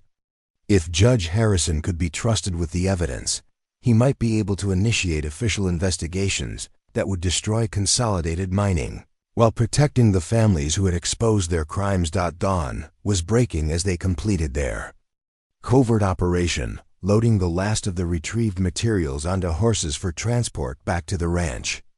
The corporate investigators would return within hours, but they would find only empty hiding places and natural rock formations that revealed nothing about the treasure that had been concealed there for years. So what happens now? Benjamin asked. As they prepared to return to their respective bases of operation, Sophia looked at the recovered wealth and evidence that represented both salvation and enormous responsibility. Now we decide whether we're brave enough to do what's right instead of what's safe. The Sterling sisters had found their father's treasure, but claiming it would require more courage than simply hiding it had taken. They possessed evidence that could bring justice to an entire territory, wealth that could secure their futures, and relationships that had grown far beyond the deception that had brought them together. But using any of it would require trusting people they had started by, planning to deceive, and risking everything they had gained for principles their father had died defending. The journey to Virginia City through the Sierra Nevada mountains tested both their resolve and their resources, as the combined families traveled under assumed identities with enough hidden gold and explosive evidence to reshape the entire territorial government. Judge Ezra Harrison's reputation for incorruptible honesty had made him their only viable ally, but reaching him safely required navigating through territory controlled by the very interests they sought to expose. Sophia adjusted her position in the wagon seat, checking for the 100th time that the leather portfolio containing her father's most damning evidence remained secure beneath her traveling coat. The weight of the documents felt heavier than the gold they carried, representing not just potential justice, but the lives and livelihoods of everyone who had suffered under Consolidated Mining's systematic corruption. There, Samuel announced, from his position beside the wagon driver, pointing toward a cluster of buildings visible in the distance. Virginia City. We should reach Judge Harrison's courthouse before noon. The territorial capital sprawled across several mountainsides, its growth driven by the same silver boom that had created Carson Valley's mining community. Unlike the frontier simplicity of their home territory, Virginia City displayed the sophisticated infrastructure of a place where serious money changed hands regularly and political power carried tangible consequences. Benjamin rode alongside the wagon, his eyes constantly scanning their surroundings for signs of pursuit or surveillance. The past 3 days had been tense with the knowledge that Consolidated Mining possessed both the resources and motivation to prevent their evidence from reaching honest authorities. Every stranger on the road represented potential danger, every delay a risk that their enemies might discover their mission. Judge Harrison's courthouse is on C Street, Thomas reported, consulting a hand-drawn map they had acquired from a friendly merchant. Substantial building, apparently. Stone construction, with territorial flags flying. Margaret leaned forward from her position in the wagon bed, where she had been organizing the documentary evidence they planned to present. Are we certain he can be trusted? Father's letters suggest reliability, but territorial politics can corrupt even honest men. It was a valid concern that had haunted all of them during their journey west. Their father's correspondence with Judge Harrison dated back several years, but the political landscape could have changed dramatically since. Those letters were written presenting their evidence to the wrong person could destroy their case and endanger their lives. According to the territorial newspaper, Harrison's been fighting corruption cases for months, Catherine offered, having researched the judge's recent activities during their stop in Carson City. He's apparently made enemies among the mining companies by consistently ruling against fraudulent claims. Samuel nodded encouragingly, which suggests he's either genuinely honest or remarkably stupid. Either way, he's unlikely to be working with Consolidated. The conversation was interrupted by the appearance of riders approaching from the direction of Virginia City, moving with the purposeful urgency that suggested official business rather than casual travel. Benjamin immediately signaled for their small convoy to prepare for potential confrontation, though he hoped the approaching party represented routine territorial patrol rather than specific interest in their mission. 6 men, Thomas observed, counting the riders carefully. Well-armed, official-looking. Could be territorial marshals or corporate security. As the riders drew closer, their official status became apparent through standardized uniforms and territorial insignia that marked them as legitimate law enforcement rather than private corporate agents. Their leader, a weather-beaten man in his 40s, raised his hand in greeting as the two groups converged on the mountain road. "Morning, folks," the marshal called cordially. "I'm Marshal Davidson, Territorial Police. Mind if I ask your business in Virginia City?" Benjamin had prepared for this moment, crafting a cover story that was truthful enough to withstand scrutiny, while concealing the explosive nature of their mission.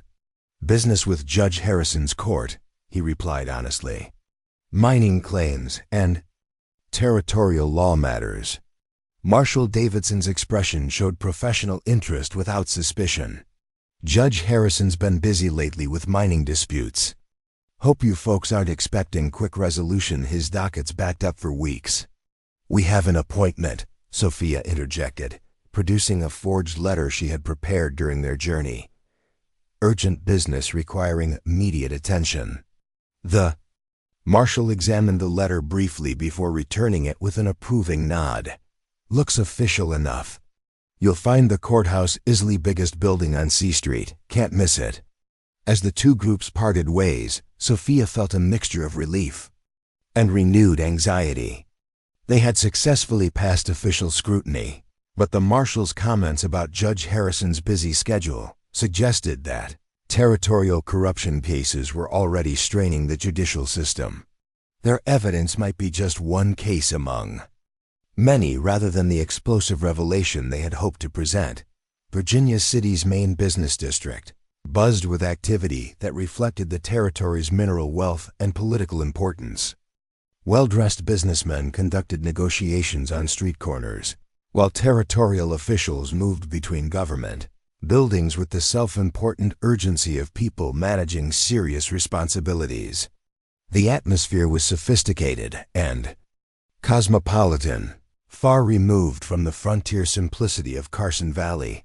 The territorial courthouse dominated C Street with architectural grandeur that declared the serious business conducted within its walls.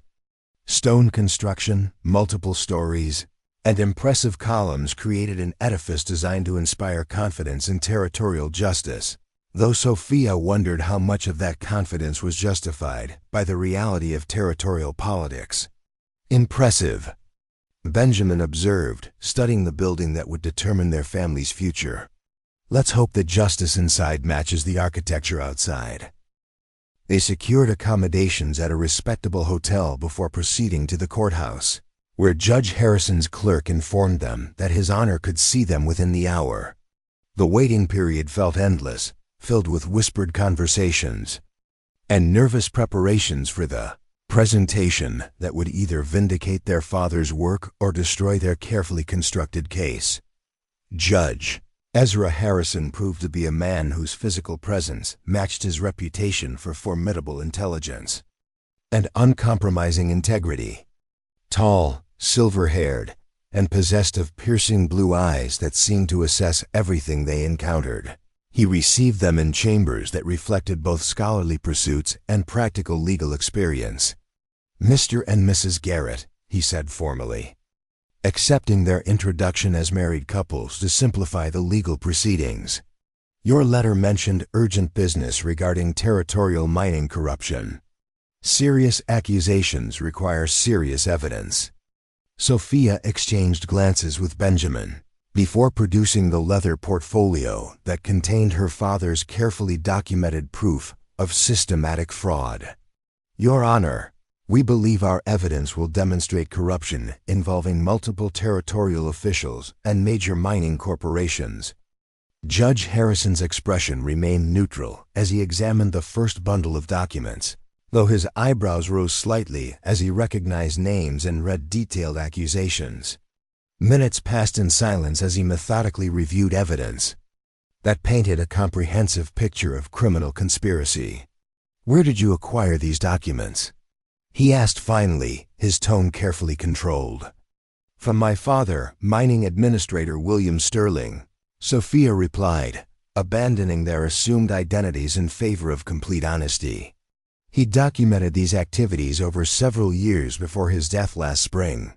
Recognition flashed in the judge's eyes at mention of her father's name. William Sterling.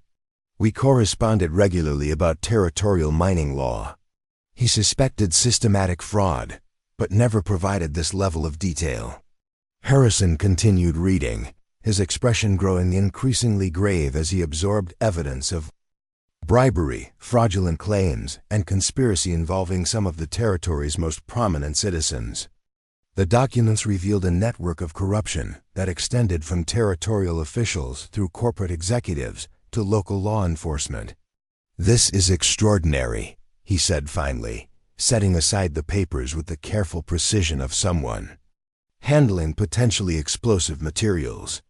If authenticated, this evidence could result in criminal charges against dozens of individuals, including several territorial judges and the majority of Consolidated Mining's executive staff. Can it be authenticated? Benjamin asked urgently. Your father was meticulous about documentation, Harrison replied, indicating specific papers that bore official seals and signatures. These letters, surveys, and financial records appear genuine. More importantly, they align with patterns I've observed in cases that have come before my court. Margaret leaned forward eagerly. Then you can act on this information? Judge Harrison's expression grew troubled. Acting on it will require extraordinary care. The individuals named in these documents possess significant political influence and financial resources. A poorly executed investigation could result in evidence disappearing and witnesses facing unfortunate accidents. The warning was sobering but not unexpected. Territorial politics operated according to different rules than the settled law of established states, and powerful interests protected themselves through methods that civilized society would condemn. What do you recommend? Thomas asked practically. Harrison rose from his desk, moving to a window that overlooked Virginia City's bustling business district. Coordinated action involving federal authorities. This level of corruption requires intervention from outside the territorial system, since too many local officials are compromised. How long would that take? Samuel inquired. Months, possibly longer, Harrison admitted. Federal investigations move slowly, especially when they involve territorial sovereignty issues. Sophia felt a crushing disappointment at the prospect of extended delays. Their evidence was solid, but the wheels of justice apparently moved too slowly to provide immediate relief for the families facing destruction from Consolidated's predatory practices. Meanwhile, Consolidated continues destroying legitimate mining operations, she protested. How many more families will be ruined while federal bureaucrats debate jurisdiction? Harrison returned to his desk, his expression sympathetic but realistic.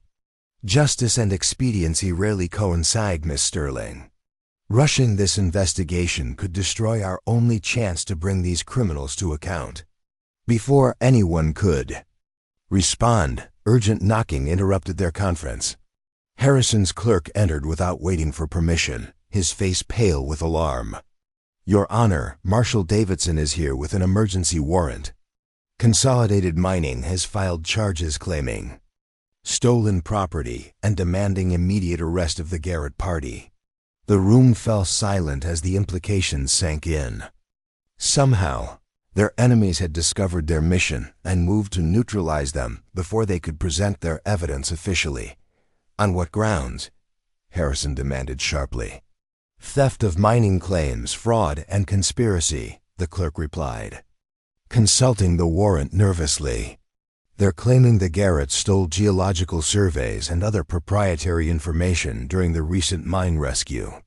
Benjamin's face hardened with understanding. They're using our cooperation during the emergency as justification for criminal charges. Clever. More than clever, Harrison observed grimly.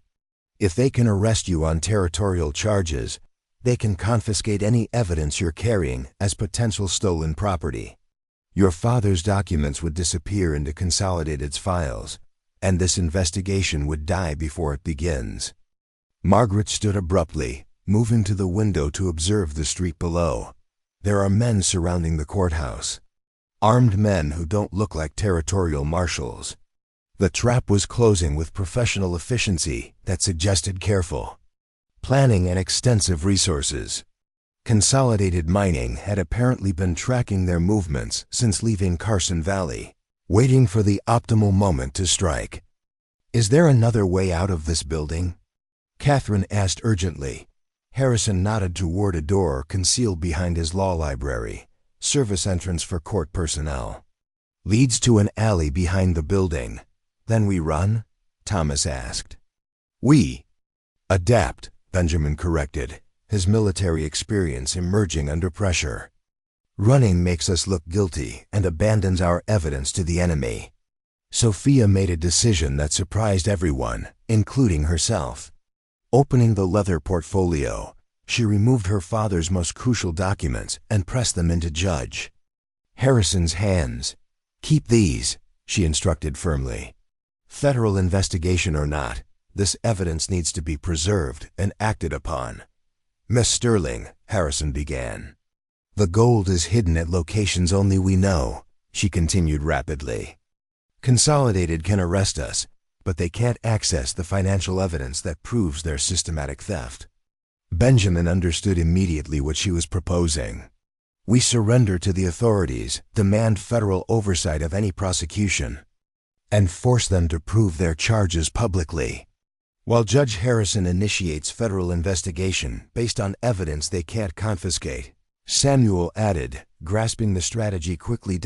It was a desperate gamble that required trusting both the federal system and Judge Harrison's integrity while placing their personal freedom at immediate risk. But the alternative was flight that would abandon their mission and guarantee Consolidated's continued depredations. The federal marshals will need to verify this evidence independently, Harrison warned. I can't simply accept your father's documents without corroboration. The gold caches can provide corroboration, Sophia replied. Each hiding place contains additional materials that confirm the written evidence. Margaret had been organizing her thoughts during the rapid discussion. We'll need to reveal cache locations selectively, maintaining leverage while providing enough proof to convince federal investigators. Dangerous game, Thomas observed. If we misjudge the timing, we could lose everything. Heavy footsteps in the courthouse corridor announced the arrival of Marshal Davidson and his arrest party. Time for planning had expired. Now they would have to trust their hastily conceived strategy and hope that justice would ultimately prevail over corruption. Your Honor, Marshal Davidson announced as he entered the chambers, I have warrants for the arrest of Benjamin, Thomas, and Samuel Garrett, along with Sophia, Catherine, and Margaret Sterling, on charges of theft, fraud, and conspiracy. Judge Harrison stood formally, his judicial authority evident despite the circumstances. Marshal, I'm placing these individuals in federal protective custody, pending investigation of serious territorial corruption charges.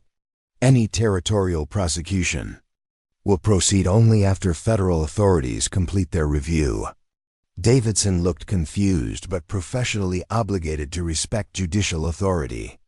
"With respect, Your Honor, my warrants are issued by territorial court and superseded by federal jurisdiction in cases involving territorial corruption," Harrison replied firmly, exercising legal authority that existed primarily in the gray areas of territorial law. It was a bold, judicial maneuver that might not withstand serious legal challenge, but it provided temporary protection while federal authorities could be contacted. The next few hours would determine whether their desperate strategy had any chance of success. As they were escorted to federal holding facilities rather than territorial jail, Sophia realized they had crossed a threshold from which there could be no retreat. Their evidence was now part of official proceedings, their accusations were part of federal record, and their fate rested with institutions they had to trust despite never having tested their reliability. The game was no longer about hidden gold, or desperate marriages or family survival. It had become about justice itself, and whether honest people could prevail against systematic corruption when the stakes were high enough to matter. Spring arrived early in the Oklahoma Territory that year, with March bringing warm sunshine that melted the last traces of winter snow and coaxed wildflowers from the prairie soil. Lily stood in the doorway of her seamstress shop, watching her daughters take their first tentative steps in the small garden behind the building. At 11 months old, both Annie and Rose had discovered the joy of upright mobility, though they still preferred crawling when speed was required. "Mrs. Blackbird," called a familiar voice from the street. "Good morning." Lily turned to see Eleanor Whitman approaching with her daughter Catherine, both women carrying parcels that undoubtedly contained the final garments for Catherine's Boston wardrobe. The commission had been completed on schedule, with each piece meeting or exceeding Mrs. Whitman's exacting standards. "Good morning, Mrs. Whitman, Catherine," Lily replied warmly. "Are you here for the final fitting?" "Actually, we're here to collect everything and to express our gratitude one final time," Mrs. Whitman said, her voice carrying genuine appreciation. "Catherine tried on the traveling suit yesterday, and it's absolutely perfect. You've exceeded our highest expectations." Catherine, a poised young woman of 18 with her mother's refined bearing, stepped forward with a shy smile. "Mrs. Blackbird, I wanted to thank you personally. When I arrive in Boston, I'll be wearing clothes that equal anything available in the finest shops there. You've given me confidence to face whatever challenges await. That's the highest compliment I could receive," Lily replied sincerely. "I hope your studies go wonderfully and that you find Boston everything you hope it will be." As the Whitmans departed with their packages, Lily reflected on how much had changed since that snowy December day when Colonel Pierce conducted his investigation. The territorial representative's report had been unequivocal in its findings. No federal regulations had been violated. The business partnership was entirely legitimate. And Morrison's complaint was without merit and apparently motivated by personal animosity rather than genuine legal concerns. More satisfying than official vindication had been the community's response to the investigation's outcome. Morrison's credibility had been destroyed by his inability to substantiate his accusations, while Lily's reputation had been enhanced by her dignified handling of the controversy. Business had flourished as customers traveled from increasing distances to commission her work. "Deep thoughts this morning?" Joseph asked, emerging from the shop's interior where he had been installing additional storage shelves. Lily smiled at the sight of her husband of 2 months. Their February wedding had been a simple but joyful ceremony performed by Reverend Thomas in the same church where she had first faced community skepticism. The entire town had attended, with even former critics acknowledging the obvious love and respect between the couple. "Just marveling at how different my life is now compared to this time last year," she replied, moving into his arms for a brief embrace. "A year ago, I was a desperate widow with no prospects. Now I'm a successful businesswoman with a loving husband and a secure future. And what do you think made the difference?" Lily considered the question seriously. Courage to accept help when it was offered. Determination to prove my worth through actions rather than words. And the wisdom to recognize true partnership when I found it. Cherokee wisdom says that the strongest trees grow where they face the wind, Joseph observed. Adversity creates strength that prosperity alone cannot build. Speaking of adversity, Lily said, nodding toward the street where a familiar figure was approaching. Isn't that Samuel Carter?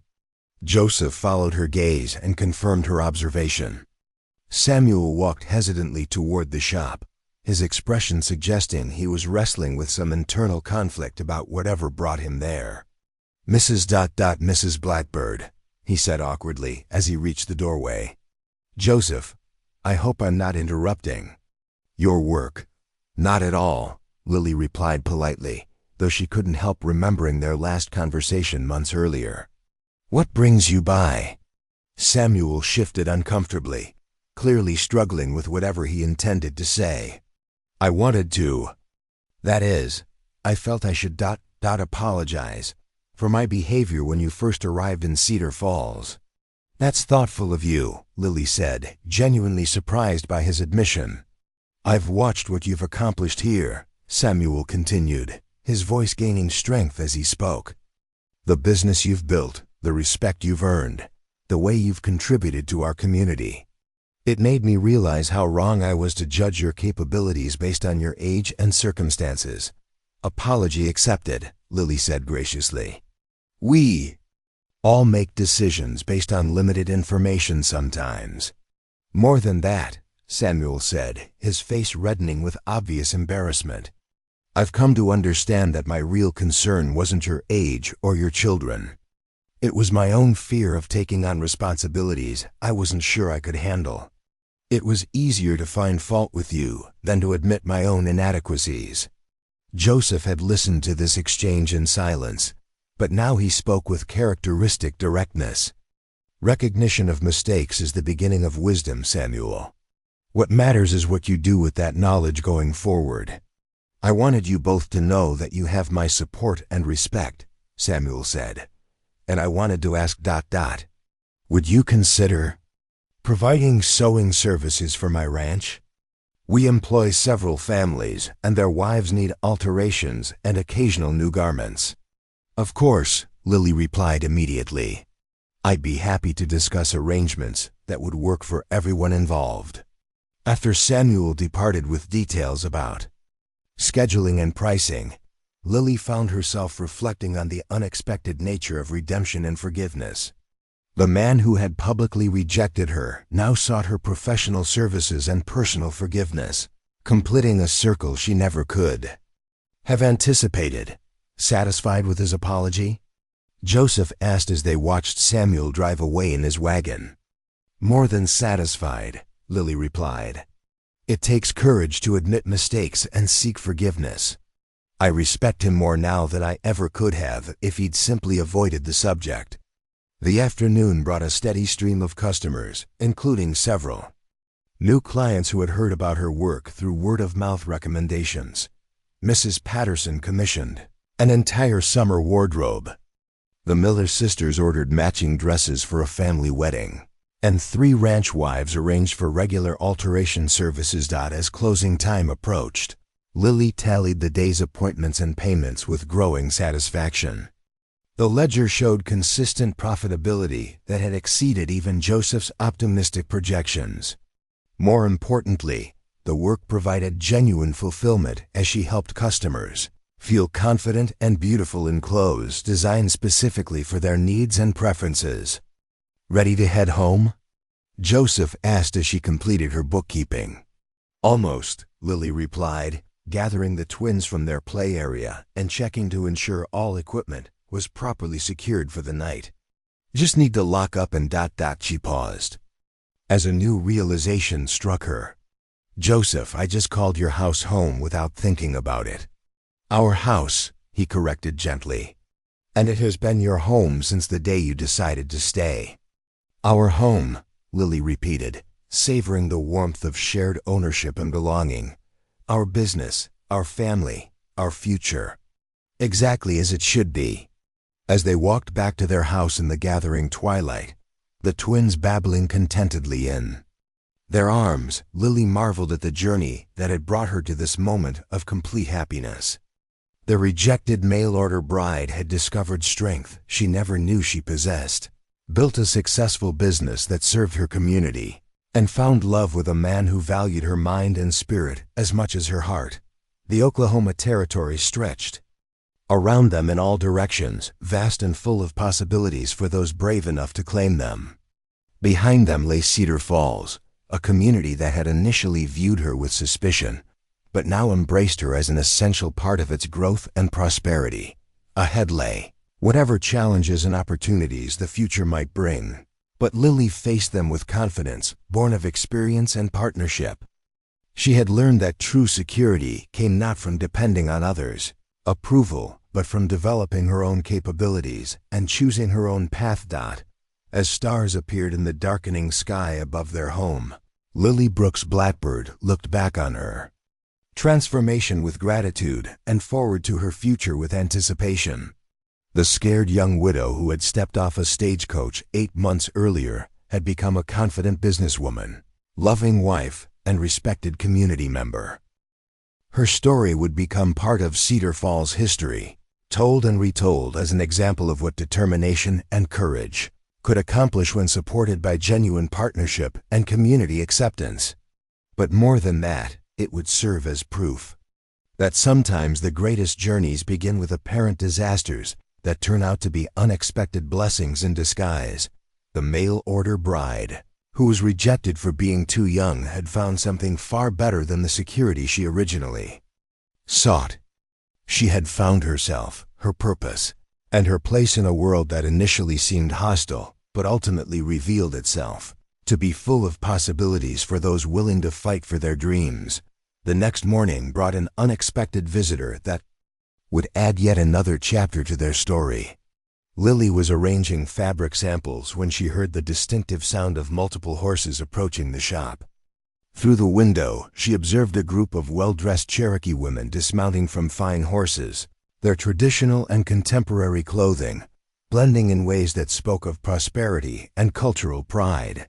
The eldest woman, perhaps 60 years old, with silver-streaked hair braided with ceremonial beads, approached the shop with regal bearing.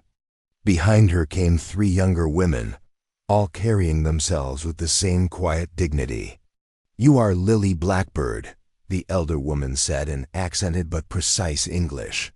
"I am Maria Sequoia, grandmother to Marcus and great-aunt to your husband's late wife Sarah." Lily felt her breath catch as she recognized the significance of this visit. Joseph had mentioned his extended family within the Cherokee Nation, but had never indicated they planned to meet her personally. "Mrs. Sequoia, what an honor," Lily replied, immediately stepping forward in welcome. "Please, all of you, come inside. Joseph is at the mill but should return shortly." "We came to see you specifically," Maria replied, her dark eyes studying Lily with frank assessment, "to understand the woman who has brought new life to our nephew's lonely existence." The younger women introduced themselves as Maria's daughters and granddaughter, all accomplished women in their own right. One managed a trading post in the Cherokee Nation, another taught at the tribal school, and the youngest was married to a successful rancher who supplied cattle to military posts throughout the territory. "We have heard remarkable stories about your business," explained Rosa, the teacher. "A white woman partnering with Cherokee elder, building successful enterprise, facing down government investigation with courage and dignity.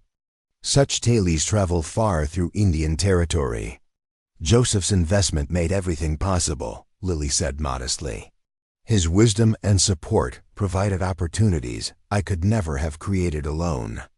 "Investment requires a worthy recipient," Maria observed, examining the quality of garments displayed around the shop.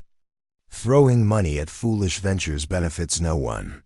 Joseph chose well when he recognized your potential."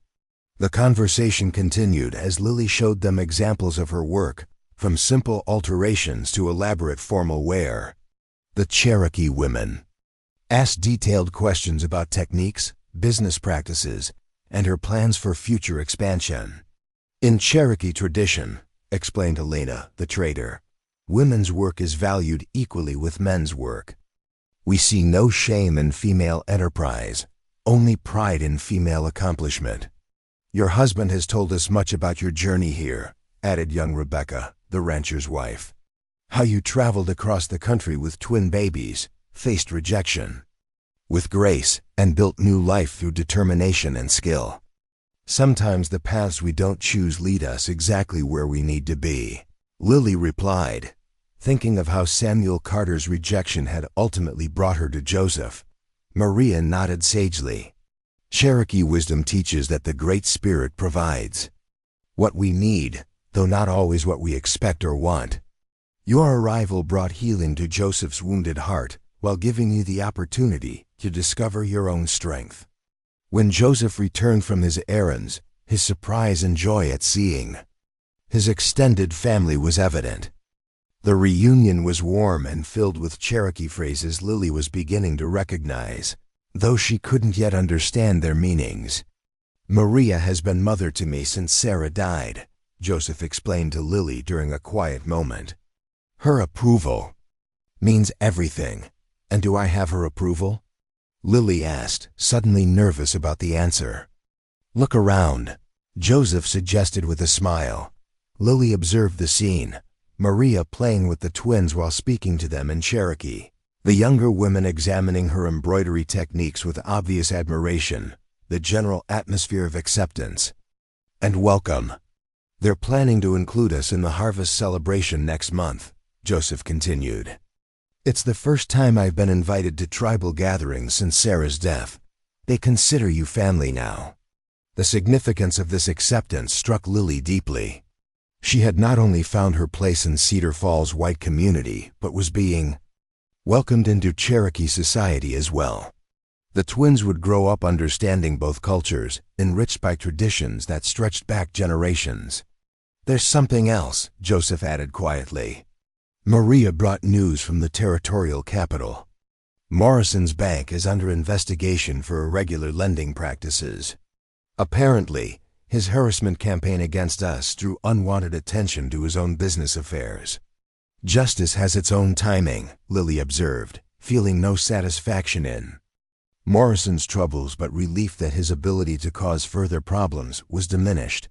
Later that evening, after the Cherokee women had departed with invitations for future visits and promises of ongoing friendship, Lily and Joseph sat on their porch watching sunset paint the prairie in brilliant oranges and purples. I have something to tell you, Lily said, her hand moving instinctively to her still flat stomach. Something wonderful. Joseph's eyes followed her gesture, understanding dawning in his expression. Are you certain? As certain as I can be this early. Dr. Williams confirmed my suspicions yesterday. Joseph's face transformed with joy as he processed the news. At 74, he would become a father again, while Lily would give birth to their child, a living symbol of their love and partnership. Sarah always said that love creates life in many forms, he said softly. She would be delighted to know that our home will soon welcome another child. The twins will have a sibling, Lily mused, watching Annie and Rose play in their outdoor pen. A brother or sister who will grow up knowing both parents from the beginning, and knowing that love transcends all artificial boundaries, age, race, social convention, or any other obstacles that small minds create. As autumn approached, bringing the harvest celebration and the promise of new life growing within her, Lily reflected on the remarkable journey that had brought her to this moment of perfect contentment. She had traveled west seeking security, and found instead independence, love, and a purpose she never could have imagined. The seamstress shop continued to thrive. Her marriage grew stronger each day, and the future held endless possibilities for their expanding family. The rejected mail-order bride had become something far more valuable, a woman who knew her own worth and had found a partner who recognized and celebrated her strength. In the distance, A Cherokee lullaby drifted on the evening breeze, sung by one of Maria's daughters to her own child. Soon, Lily would be singing similar songs to her new baby, weaving together the traditions of two cultures in a harmony that reflected the best of both worlds. Her story had become a testament to the truth that endings often prove to be beginnings in disguise, and that the courage to embrace unexpected opportunities can transform apparent disasters into the greatest blessings of a lifetime. Up next, you've got two more standout stories right on your screen. If this one hits the mark, you won't want to pass these up. Just click and check them out. And don't forget to subscribe and turn on the notification bell so you don't miss any upload from us.